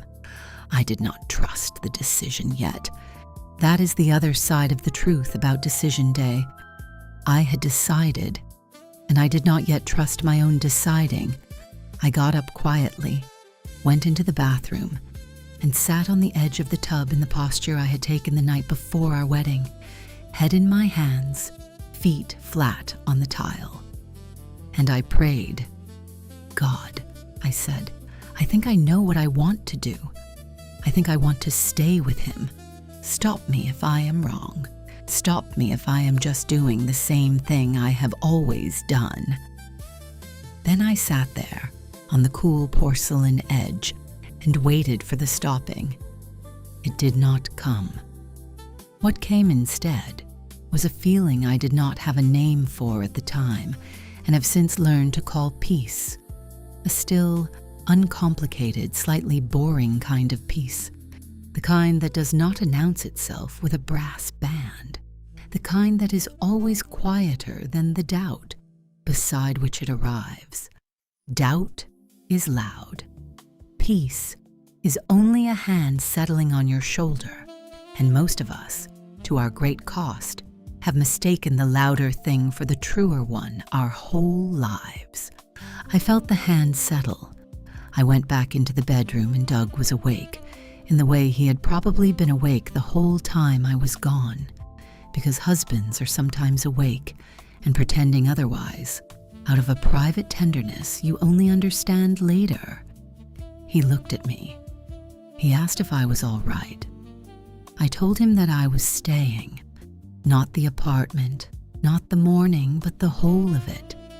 And he did not perform, and he did not dance, and he did not go Hollywood on me. He simply said, in the small, soft voice he uses when a thing has moved him too far below the surface for anybody else to see, "Okay, me too. Come back to bed for a minute." I came back to bed. He held me. Neither of us said anything else for a long time. When the cameras finally gathered us into the official room later that afternoon, with the experts on their couches and the pen sitting on the little lacquered table between us, I said the words again for the record, but the real decision day had already happened in a bathroom, on the edge of a tub, in a prayer that had been answered not with a voice but with silence. I believe, as a matter of long married theology, that silence is how God says yes, and that everyone who stays married long enough eventually discovers this on their own. The producers asked us the question. Doug said yes. I said yes. The experts smiled. The room smiled. Our mothers, watching from wherever mothers watch from, apparently wept at the same moment, although they were several states apart. Doug took my hand, and we walked out of that building married for real, not on paper because we had been married on paper since the altar, but on our own, without the pen of the state or the pen of the show, with only the quiet pen each of us had been secretly holding over our own lives while we waited for the other to give us permission to finally write the word home. We wrote home on the way out of that building, and I have been writing it, one small day at a time, ever since. Chapter 10. Doug, the year nobody filmed. The camera shut off and the world assumes the story is over, which is the great unfairness of reality television, because the story is not over at the end of an experiment. The story is, in fact, just beginning. Most of what ended up mattering in our marriage happened during the year that followed the show, and not one person watched any of it. The public had watched us walk down an aisle and build a rough first draft of a relationship. And when the credits rolled, the public assumed whatever happened next would be gravy. Whatever happened next turned out to be the entire meal. The altar was only the napkin. A great deal of what happened in that first year was not dramatic, and I want to be candid about that, because marriages are required to survive their own lack of drama every bit as much as they are required to survive their crises. We had to figure out how to make money, which is a sentence nobody writes on a wedding card, and which also, in my opinion, constitutes the opening line of every real marriage. We had bills, we had rent, we had a honeymoon glow that was not going to pay the cable bill, and so I kept my job in technology, and Jamie did what Jamie has always done, hustled several smaller things at once, wrote, spoke, took whatever came. And we lived for a long time on the kind of budget that requires one person to inspect the fridge before the other goes to the store.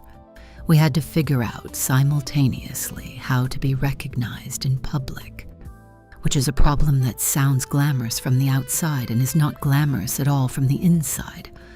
Strangers approached us in grocery stores, in coffee shops, in airports, at gas stations, asking us whether we were still together, still in love, sleeping together yet, pregnant, trying the same in real life as we had been on television. And the strangers meant well, and the strangers did not know that asking a newlywed couple to account for their marriage in line for a pretzel is a little like asking somebody about a wound that is not finished closing. We did not look like the wound. We looked like a couple, and the wound was private. We had to figure out how to fight, and I told you already about the binder. The binder was not the only one. There was a fight about in-laws. There was a fight about her career. There was a fight about whether we were going to have children right away or wait. A fight which, in the context of everything that would later happen with our children, has shrunk in my memory now to something so small that I can barely remember the edges of it. There was a fight one long evening, a bad one, where I said something I had to apologize for the next morning, and Jamie said something she had to apologize for the next afternoon, and we did not speak for 6 hours, which at the time felt like a year, and which in retrospect was barely enough time for me to finish being wrong about the thing I had been wrong about in the first place. I will tell you a secret about why we are still married, since people ask me on podcasts and in airports and in the DMs of my Instagram, and I never quite know how to say it so that it does not sound stupid. The secret is that about 8 months into our marriage, we found a therapist. We did not go because we were broken. We went because we were not yet broken, and because both of us had seen what happens to couples who wait until a marriage has snapped to begin the work of fixing it, which is that the repair takes much longer than the prevention would have. We had, between the two of us, enough footage of marriages that had snapped in our extended families to justify the expense of a small monthly insurance payment against the same fate. We went the way other people go to the dentist. I will call her Joyce, because she would want me to, and because Joyce is a woman who has no interest in seeing her own name in a book. Joyce was in her 60s, with reading glasses on a beaded chain and a small tidy office containing 2 uncomfortable chairs and a tissue box that never, in the 3 years we saw her, seemed to need replacing. Joyce did not allow either of us to get away with anything. In our first session, Jamie was staring at the wall instead of at me, which was her usual defensive posture whenever we tried to talk about anything that mattered, and Joyce watched her for a long second before she said, very evenly, "Jamie, look at your husband when you tell him the thing." Jamie did not look. Joyce waited in the way Joyce could wait, the way a woman waits out a storm from under a porch, the way a woman who has outlasted weather for 60 years waits. Eventually, Jamie looked at me and said, very quietly, "I am scared you are going to stop loving me." I opened my mouth to reassure her. I had a whole IT guy's speech queued up, a plan of attack, a project management response, a bulleted and confident rebuttal of the fear itself, and Joyce raised one finger and said, "Doug, not yet." I closed my mouth. She turned back to Jamie. "Finish it," she said. And Jamie finished. "I am scared you are going to stop loving me, because the me you married was easier than the me you are going to have to live with." Then Joyce turned to me and said, "Okay, now." I said, "Jamie, the me who married you was not the me who was going to have to love you. I have already replaced him. He was a rookie. You are going to meet better and better versions of me for as long as I am alive. That is the only job I have." Joyce sat back and smiled at the wall, not at us, with the small private smile of a woman who has been doing this for 30 years and has started to enjoy the moments when one of her couples accidentally says the right thing. Later in that same session, Joyce delivered the sentence that has kept our marriage in traffic more reliably than any sentence I have ever spoken to Jamie myself. She said it to the wall, not to either of us, with the slightly bored affect of a woman who has been saying the same sentence to couples for 3 decades and has stopped caring whether they hear it correctly the first time. "You do not fall out of love," she said. "You stop doing the things that kept you in it." Jamie took out the little notebook she carries everywhere, and she wrote it down, and she circled it. She keeps that notebook in the drawer of her nightstand to this day. I see it sometimes when I am looking for a phone charger. The page is dog-eared. The sentence is still circled. We have gone on all these years, doing the things that keep us in it. We go for walks. We make dinner together. We thank each other for the small stuff. We try to apologize before we go to bed, which is most nights, not all. We have learned each other's weather, not the weather we always wish we had, but the weather we were each issued at birth. And we have figured out slowly how to pack for it. My father's voice sat in my ear all through that first year and sits in my ear still. Be the same man on Tuesday that you are on Sunday. There were Tuesdays I did not want to be the same man. There were Tuesdays when Jamie was mad or tired or in pain or far away inside some small room of her own history that I could not enter. And the temptation to retreat into a smaller, pettier version of myself was real and loud and close to me. I did not always manage to stay out of that smaller room, but I did not retreat into it for long, and Jamie over time began to believe that the map my father had given me was real, began to trust that I would be the same person at 2 a.m. as I had been at 4 p.m. And she began, very slowly, one small object at a time, to unpack the boxes of herself that she had not unpacked for anyone. Part 4. The Breaking. Chapter 11. Jamie, Jonathan. I want to tell you carefully about my son. His name was Jonathan Edward. We called him Johnny when we were alone. He was 17 weeks along inside of me when we lost him. He never opened his eyes on this earth, and he never held my finger, and he never made a sound that anybody other than God got to hear. And yet I am his mother, and I will be his mother for the rest of my life. And that is a sentence I have had to teach myself to say without flinching, because the world does not always know how to hold a mother whose child was never visible to anyone else. Before I tell you about the loss, I want to tell you about the joy, because I think people rush past the joy in stories like this one. They want to arrive at the sadness, because the sadness is what they have come for. But the sadness does not mean anything without the joy preceding it. The joy is what gives the sadness its weight. We had been trying for a while. That is the only detail I am going to share about that stretch of our marriage, because there are things that belong to a marriage and not to its witnesses, and the inside of a woman's body is one of them. When the test came back positive, I was alone in the bathroom. I had taken it early before Doug was awake, not wanting to wake him for a question that I was not yet sure had an answer.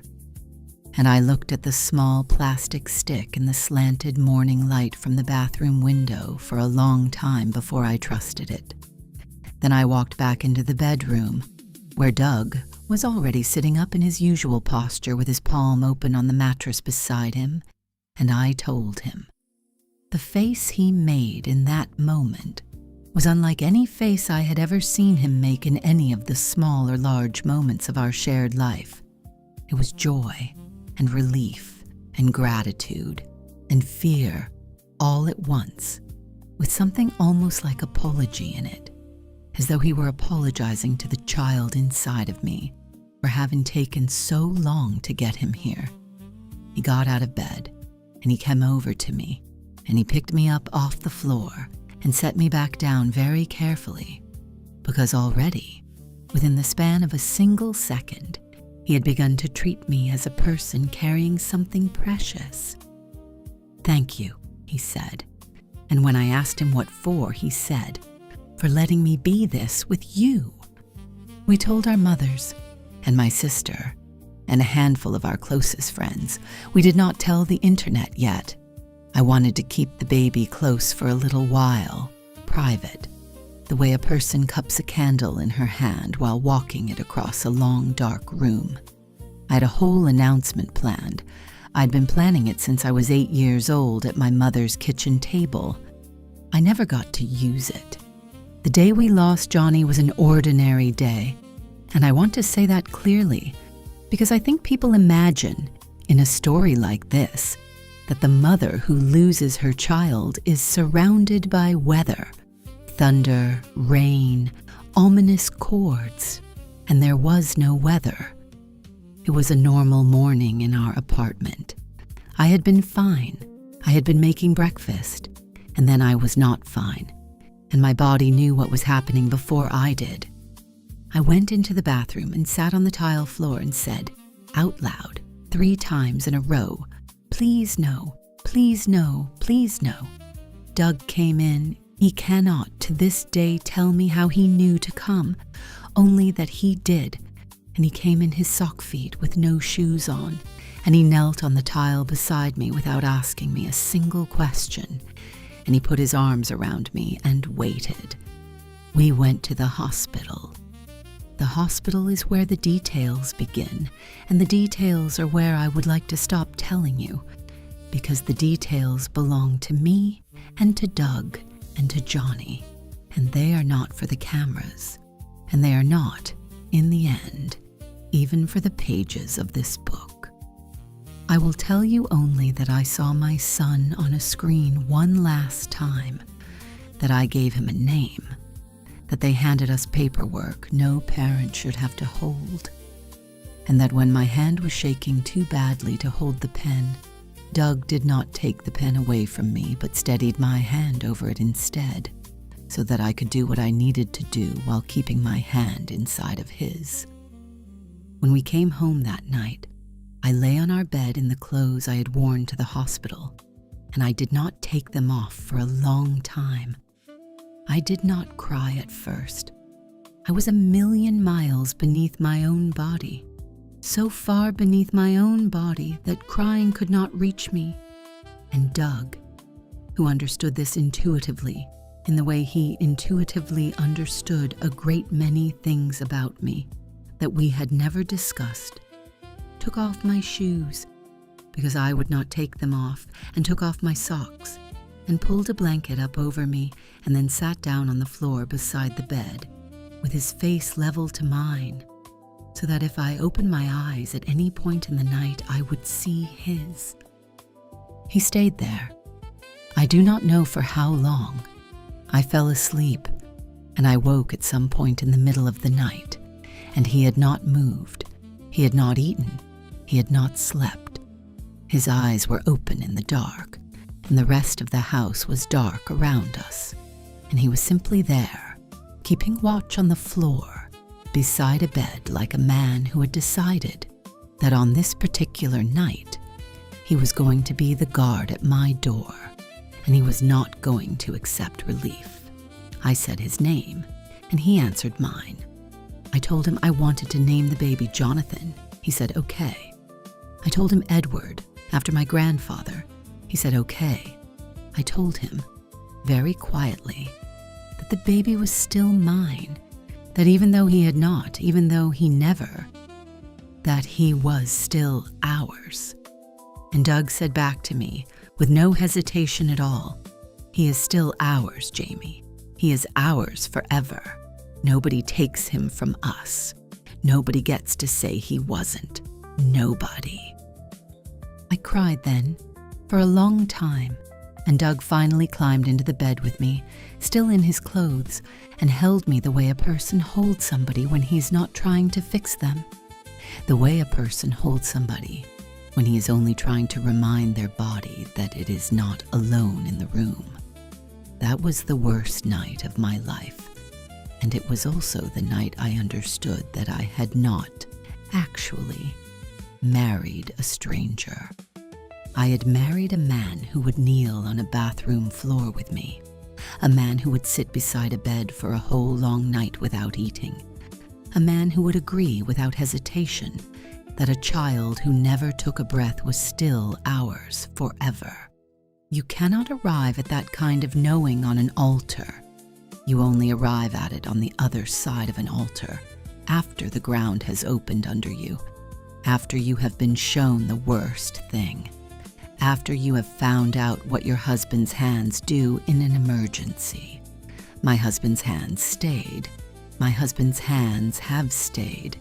And that is the only faith I have anymore about anything. Chapter 12. Doug, a father learning to grieve.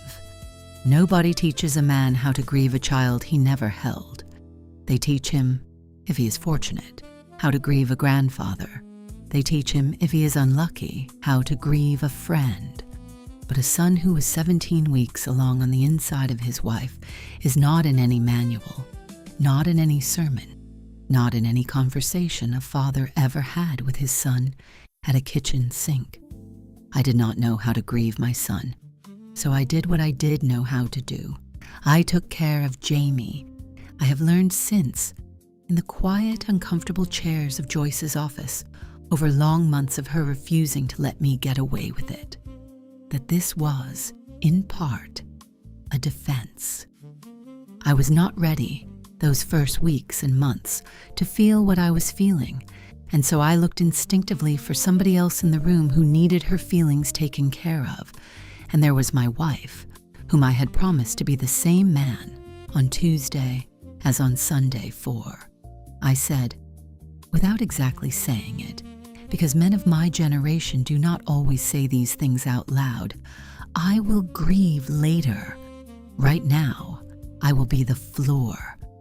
I was the floor for months. I went back to work.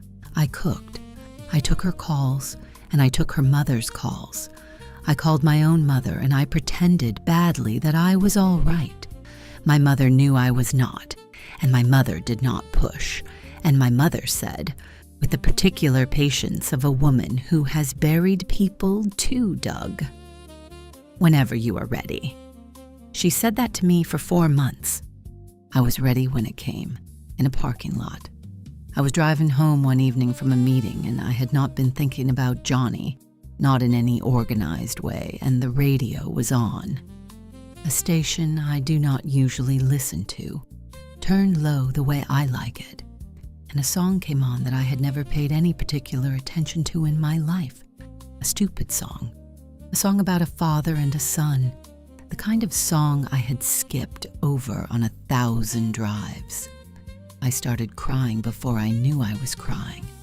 I pulled the car over into the first parking lot I saw, which happened to be the lot of a pharmacy. I had never been inside, and I sat there in my work clothes with my hands on the wheel and cried the way a man cries when he has been postponing a thing for 4 months and the thing has finally caught up with him on a highway. I cried with my hands on the wheel. I cried with my forehead on the wheel. And then finally I did the part I had not yet allowed myself to do, which was to say his name out loud. Johnny, I said. Son.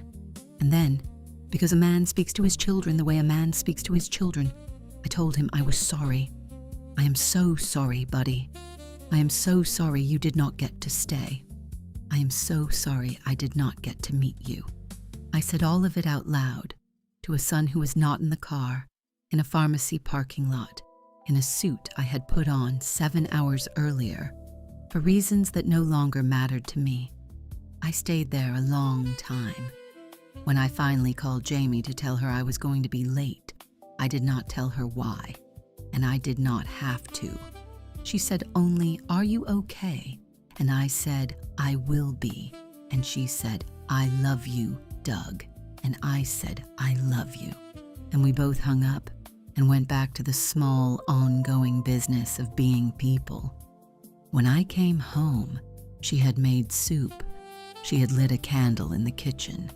She had not said anything about any of it, and the house was simply, when I came in, gentle. She had been here before me. She had known what that drive home was going to feel like before I told her, because she had driven that same drive, alone, 100 times over the last 4 months, while she had quietly been waiting for me to arrive at a station where she had already been living. She had kept the light on in the kitchen for me, the way a mother keeps a porch light on for a son, and she had been waiting. I walked through the door. She looked at me. She did not say anything. She only opened her arms, and I walked into them, and I cried in my wife's kitchen in my work clothes like a boy. She said, okay. Come on, there you are." I have never forgotten the way she said that. There you are. Because she said it the way a person says it when they have been waiting for somebody to arrive. The way a mother says it when a child has come in from a long night away. The way only a person who has walked the road ahead of you can say it. Jamie had been my teacher for those 4 months in a subject I had not wanted to take. She had not rushed me. She had not pressured me. She had not demanded that I catch up to her grief. She had simply kept the light on in the kitchen and said, in her own quiet way, "When you are ready, I will be here." She was there. We held each other in the kitchen for a long time that night, and eventually we sat down at the table and ate the soup, and we did not say very much. We said, a few times, "Johnny," because we had learned by that point that you have to say the name of a person who never got his name said aloud by anyone else. You say his name so that he stays a person, so that he does not disappear into a statistic. We say his name still. We say it on his birthday, which would have been a birthday. We say it at Christmas. We say it often to his siblings who have grown up knowing, from the time they could understand the word brother, that they have an older brother named Johnny who is with Jesus, and who is part of our family, and whose seat at the table will always be set for him, even when it cannot be seen. Grief, I learned that year, is not a wave, it is a weather pattern, a thing that moves in and out of your life for as long as you are alive, and you can learn to live inside it, the way people learn to live in places with snow. I am a man who lives in a place with snow now. I do not complain about the snow anymore. I learned how to own a good coat. Chapter 13. Jamie, Henley, Grace. At the first ultrasound of my pregnancy with Henley Grace, I cried before the technician had even turned the machine on. The technician was kind about it. She had, I imagine, done this 1,000 times for women like me. Women who come into the room already cocked for disappointment. Women who had once come into a room like this expecting joy and been handed the other thing. And she put her hand on top of mine and told me, very softly, to take a breath. She said, "Let us just see what is in there, okay?" I squeezed Doug's hand. Doug squeezed back. We held our breath like people about to go underwater, and the technician flipped the switch. The first thing we saw was a heartbeat. It was small, and it was fast, and it was a frantic little pulsing dot on a black screen, and it was the most beautiful piece of media I have ever consumed in my life, better than any movie, better than any sunset, better than any photograph I had ever framed and put on any wall of any apartment I had ever rented. It was a light in a window that had been dark for a long time. Doug and I sat in that small examination room in the particular silence of two people who have just been handed a gift they had not been sure they were allowed to keep, and we did not speak because the language for the thing had not yet been invented. The technician wiped the gel off my stomach when she was done, and she handed me a tissue, and she said, "Congratulations, Mrs. Hehner." She called me Mrs. Hehner. I had started going by my married name by then, quietly, in doctors' offices and on the mailings that came to our address, but it had taken me a long time to believe in the name. I had grown up with my sister's last name, and names, for me, had always been rented things, something you answered to for a while and were eventually asked to return. But Hehner was a name I was, slowly, trying on, and hearing it said aloud in that room, attached to the mother of the flickering dot on the screen. Something settled in me that had been unsettled for a very long time. I was going to be her mother. I was going to be her mother, and I was going to wear this man's name, and I was going to build the family I had been drafting at my mother's kitchen table since I was 8 years old in crayon, with a last name I had once made up and not yet been given permission to say out loud. In the car on the way home, Doug said, "We are going to have to decorate the nursery." I told him I knew. He told me he was probably going to be bad at the decorating. I told him I knew that too. He said he was going to be good at the rocking chair, and I told him I knew that most of all. "I'm so happy, Jamie," he said, and I realized as I said "me too" back to him that I had not used the word happy in a while. Not because I had not been happy, but because happiness, as a kind of public statement, had gone into temporary hiding in our house, and it was starting, sheepishly, to come back out. Let me be honest about the pregnancy itself, because I was a mess of fear and superstition and bargaining prayers. I counted kicks, the way a woman counts money. I measured my belly with my hands in secret in the middle of the night because the numbers on the doctor's chart were not enough for me. I made Doug listen to the little home Doppler at every appointment, as though the heartbeat might have gone missing between visits. I was not rational, in any recognizable sense, and I was not a joy to be married to every single day of those 9 months. Doug was patient anyway. Doug held my hair back when I was sick and rubbed my feet at midnight and drove to 3 different grocery stores at 11 at night when I decided I absolutely needed a specific kind of cracker that he had never heard of. He read me books out loud with his hand on my belly so that our daughter would learn his voice before she saw his face. He prayed over me every single night. And I mean every night, including the nights when I had snapped at him, including the nights when I had not been fair to him, including the nights when, frankly, I had not earned a prayer. And he kept his hand on my stomach and talked to our daughter in a low voice I was not always invited to understand. Henley was born on a day I will not ever forget and will not entirely describe, because some days belong to a marriage and not to its audience. I will only tell you that she came out with a full head of dark hair and a loud, honest cry, and that the first thing Doug did without being asked was take off his own hospital gown with the simple practicality of a man who has already made the decision and put his bare skin against hers so that she would get his warmth. He whispered something to her I did not catch, and the whisper made her stop crying, and she looked up at him with eyes that did not quite focus yet. I thought lying there, exhausted and swollen and stapled together in places I had not known a person could be stapled. She already knows him. She already knows her father. She already knows the voice. I named her Henley Grace.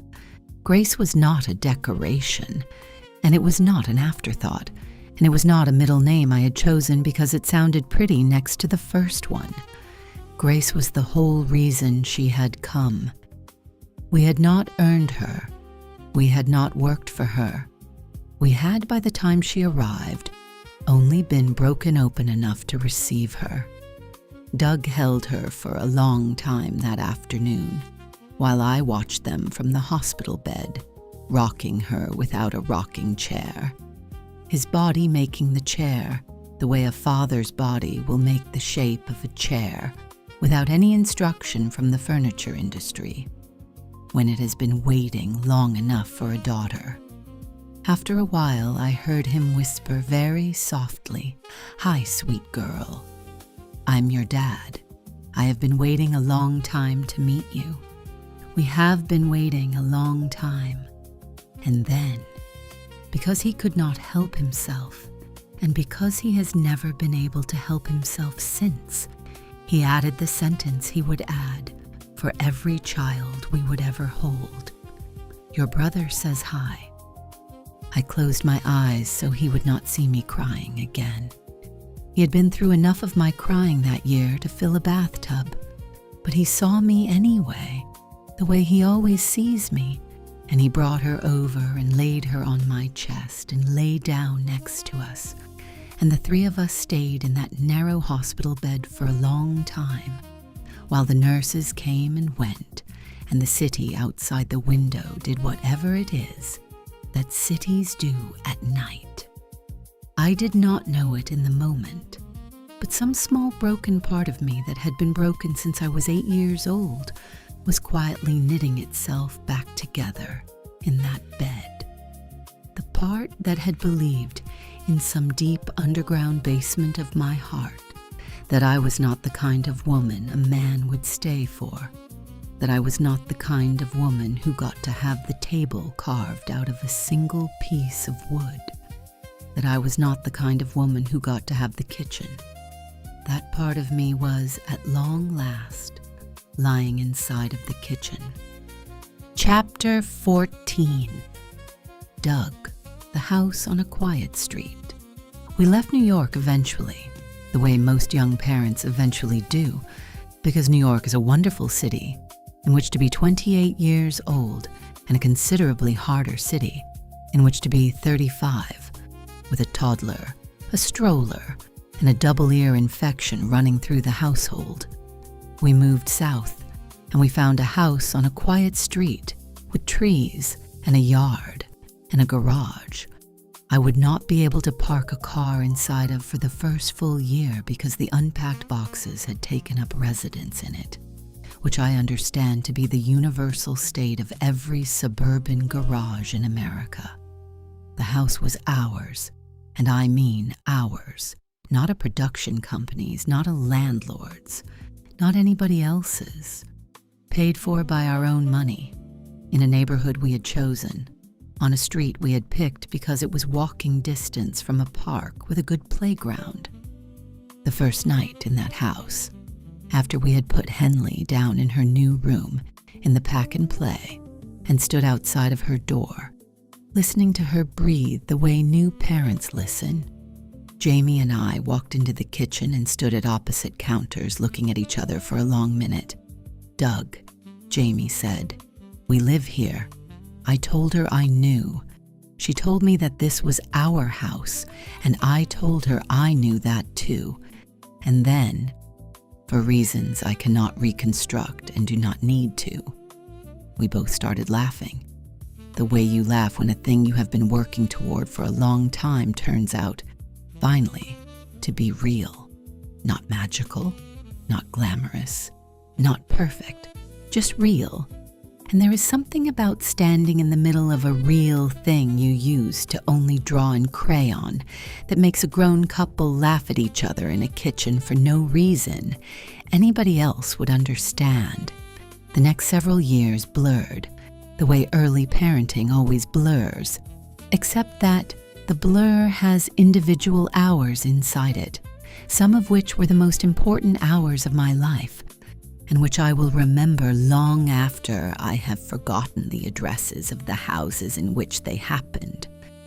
I remember the day Hendrix was born, our second, our boy, and how he arrived louder than his sister, which still makes me laugh, because he is loud now, and he was loud then. He came into the world with an opinion about it, and he has never lost the opinion.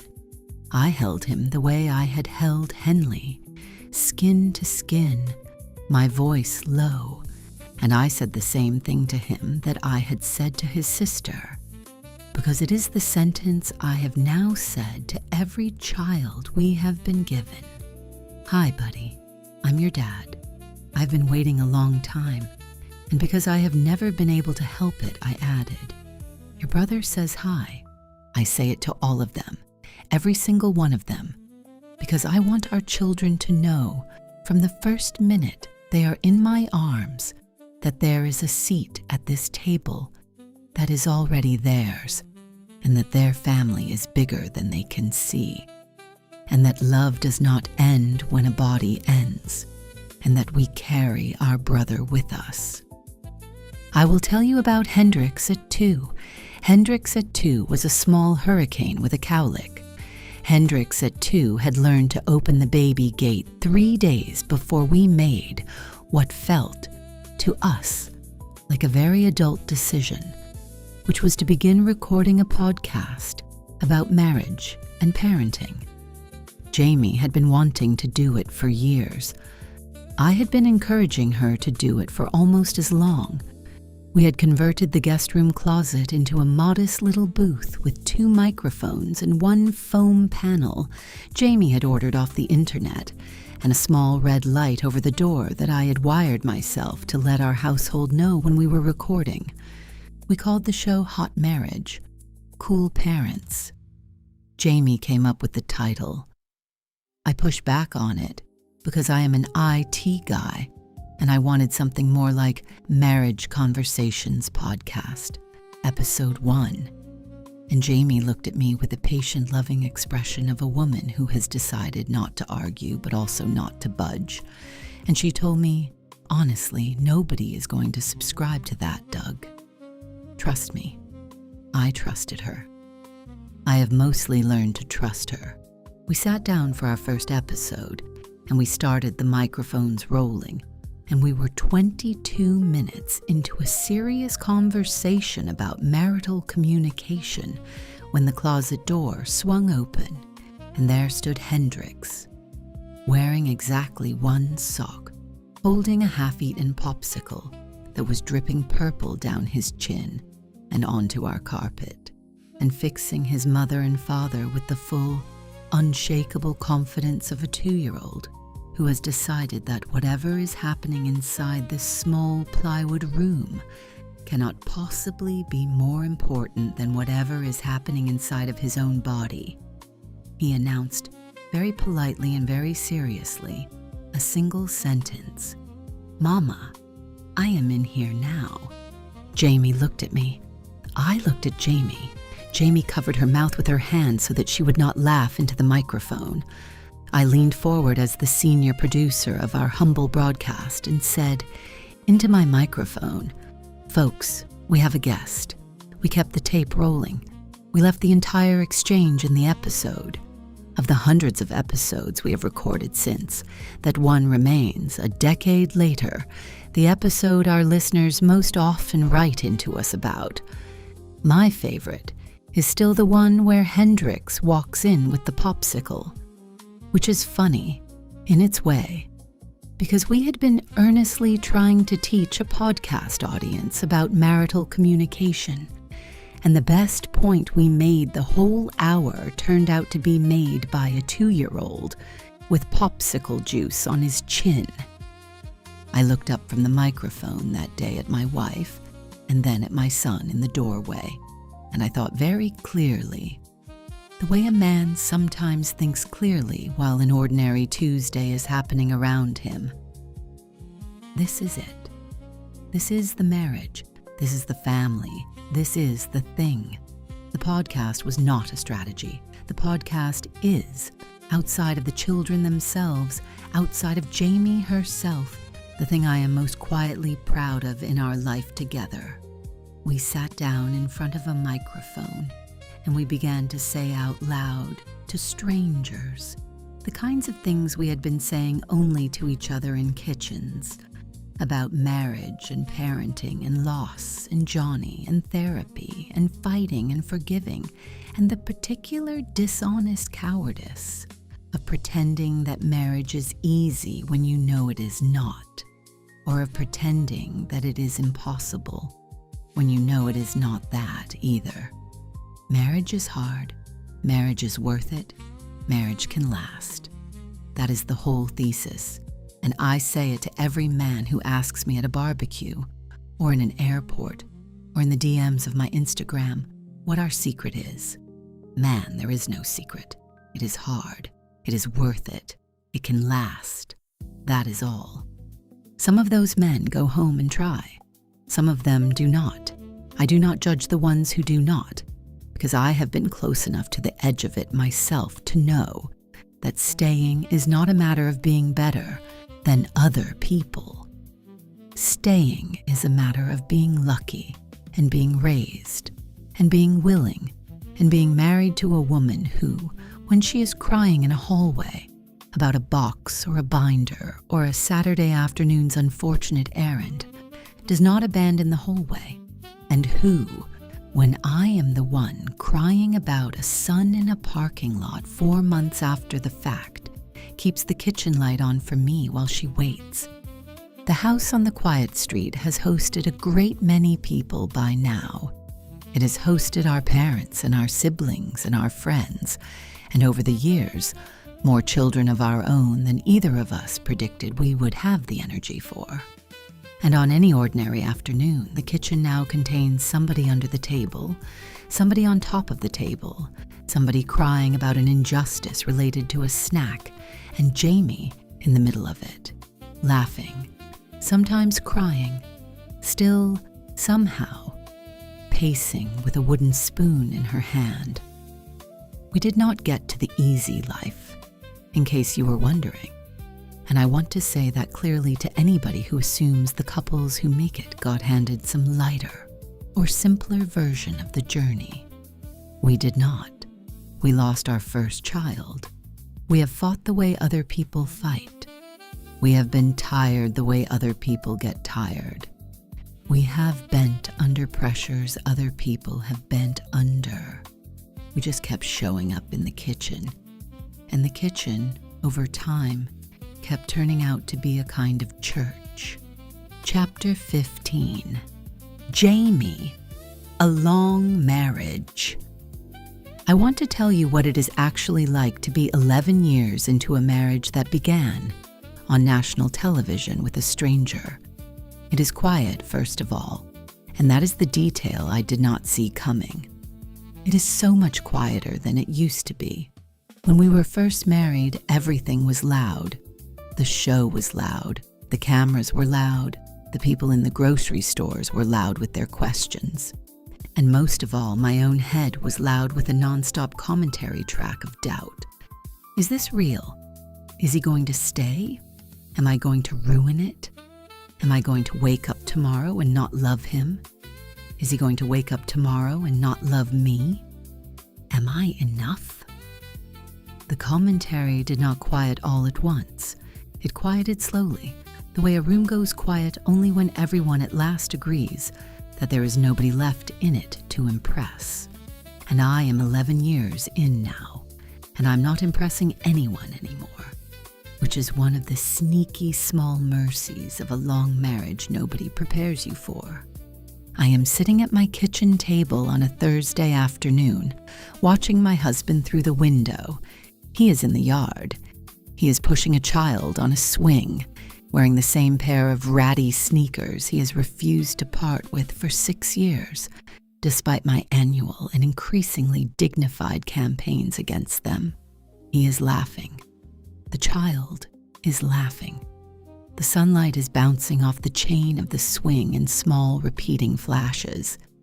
That man, the one in the sneakers, pushing a swing on a Thursday afternoon in a backyard that used to be a down payment we were saving for, is the man I married, and I did not know it when I married him, and I know it now. I want to tell you about a night I almost left. I will not tell you what year it was, and I will not tell you what the fight was about. Because the great mercy of a long marriage is that God lets you forget the subjects of most of the fights and keeps only the endings for you. I remember, of that particular night, only the kitchen. I remember standing in it with my purse on my shoulder, literally on my shoulder, the strap still against my collarbone. And I remember thinking with a clarity that frightened me, tonight, I am going to do it. Tonight, I am going to drive to my mother's house and tell her that I have tried, and it is enough, and I am going home for a while. I remember Doug standing across the kitchen from me, and neither of us saying anything, because we had already said everything, and there were no words between us left to spend. I remember the refrigerator humming. I remember the microwave clock reading 9:47. I remember glancing toward the back door and feeling the whole of our marriage narrow down in a single breath to the question of whether I was going to put my hand on its knob. Doug did not beg me to stay. Doug did not raise his voice. Doug did not do any of the things a man does in a movie when his wife is about to leave him. What Doug did was walk over to the little Bluetooth speaker on our windowsill and turn on the radio and stand in the middle of the kitchen with his back to the counter. A song I did not recognize started playing. Something slow, something old, probably Van Morrison, because Doug only ever plays Van Morrison when he is trying to tell me something he is not sure he has the words for. And he did not look at me. He only held out his hand and said very quietly, "Jamie, one more. Before you go, listen. If you are a woman who has ever stood in a kitchen with her purse on her shoulder, then you already know what I am about to say." My purse slid off my shoulder of its own accord, and my feet walked me across the kitchen before my brain had finished signing off on the transaction, and my hand went into his hand before I remembered I had come downstairs to leave him.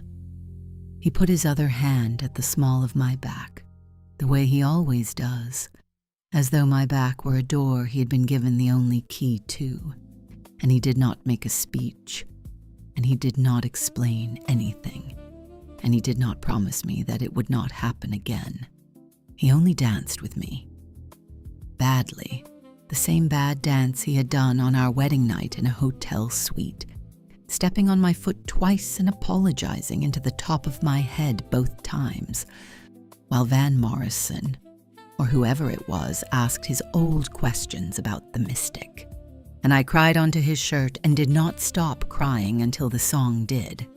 The song ended, and another one started, and I did not pick up my purse, and I did not leave.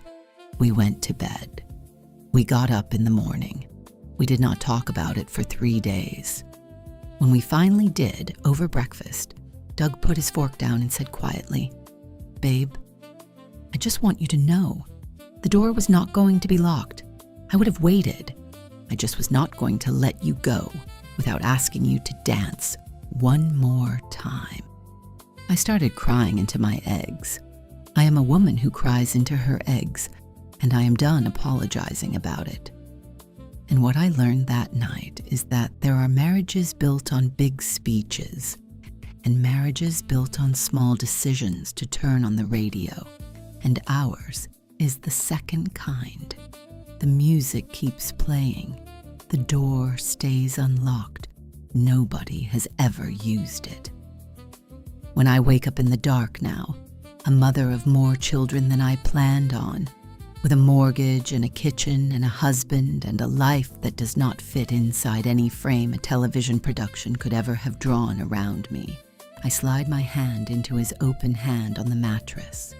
His fingers close around mine without waking him, and I remember, in that small half-second, the Doug of the first morning in the Dominican Republic, asleep on his side of the bed, his hand open, his hand waiting.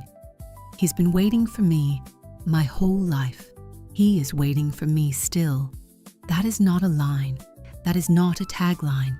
That is a fact, the way the sun is a fact, the way my mother's old necklace is still in my jewelry box, and my son's name is still in my mouth every December, and the bad sneakers are still on my husband's feet every Thursday afternoon. I became a Hehner slowly. I did not trade my name so much as I grew into it over the course of years, through 1,000 small quiet moments of Doug proving, over and over, without making a show of it, that the name was safe, that the name was a house I could live in, that the name was a table carved out of a single piece of wood. When our children are bigger, and they ask me how I got my last name, I tell them the short version. I tell them that I chose it, because children like the word chose.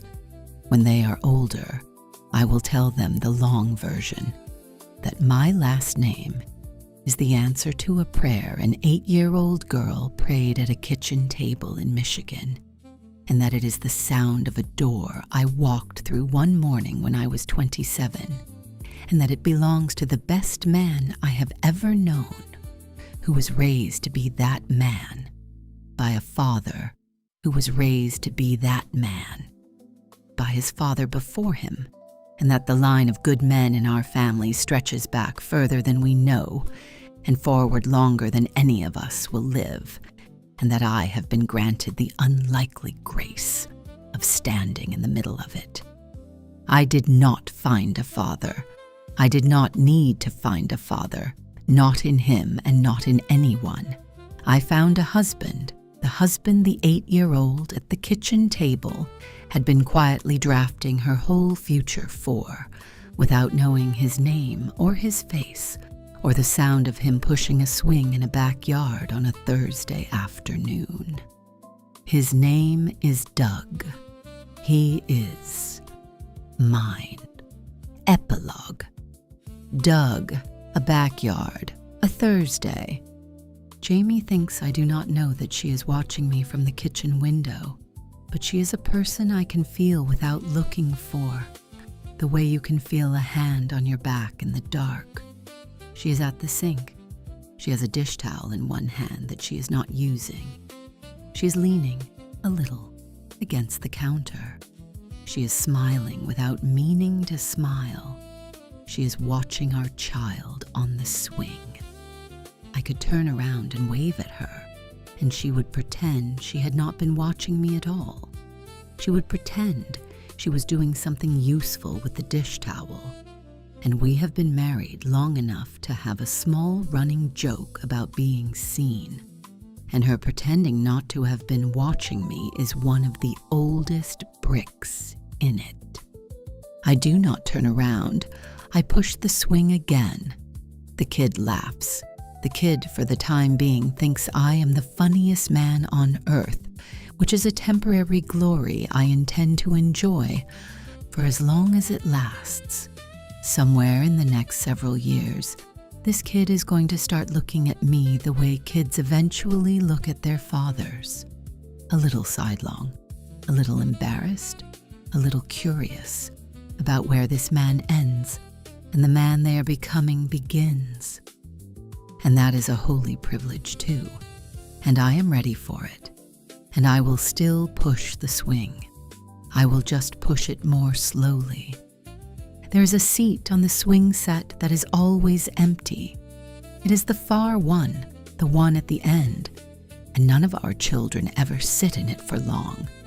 They go to it sometimes, and they come away from it, and they do not know, consciously.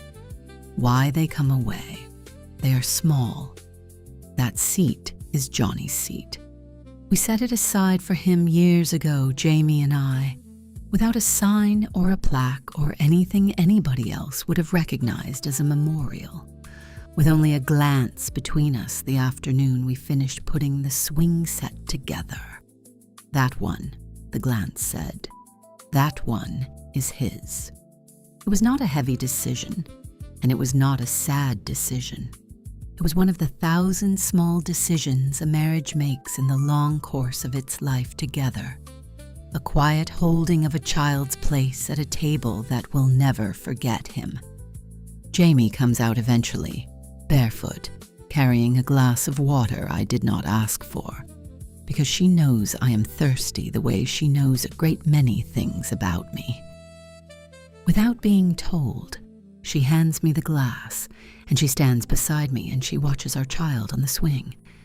"This is a good one, Doug," she says softly. I ask her which one, and she says, "This afternoon. This is a good afternoon." I put my arm around her back. My hand lands the way it always lands, at the small of her back, on the door I have been given the only key to, and she does not flinch anymore, and she has not flinched in years. She leans into me without thinking, because her body has finally, after a very long journey, agreed to believe what my body has been telling it since the night we met in a courtyard neither of us would remember, that she is safe here, that I am not going anywhere, and that I am the same man on Tuesday that I am on Sunday, forever and without interruption. She rests her head against my shoulder. I kiss the top of her hair. I do not say anything to her, and I do not need to.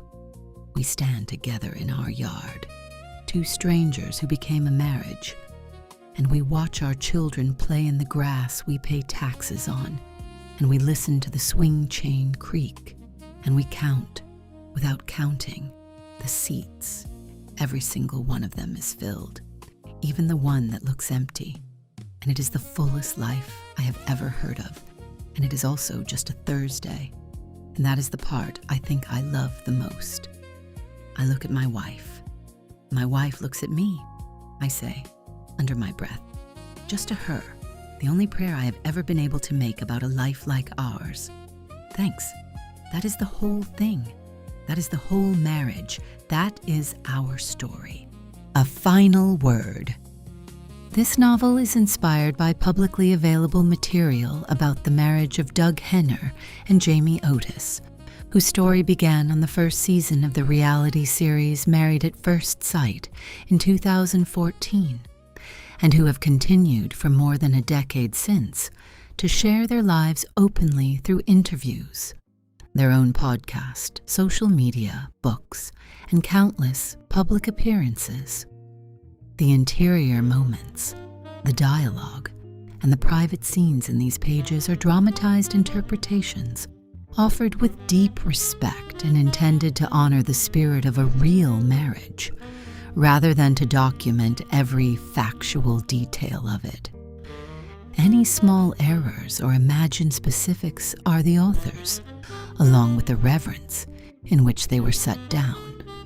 What is true in this book, the altar, the losses, the children, the kitchen, the persistence of a love that outlasted the cameras, is theirs alone, and it has been an honor to be granted by the simple fact of their courage in sharing it, the permission to tell it in this way. To Doug and Jamie, thank you for staying. The rest of us are watching and learning and trying. This has been a Love Stories series, Books by Barron Production.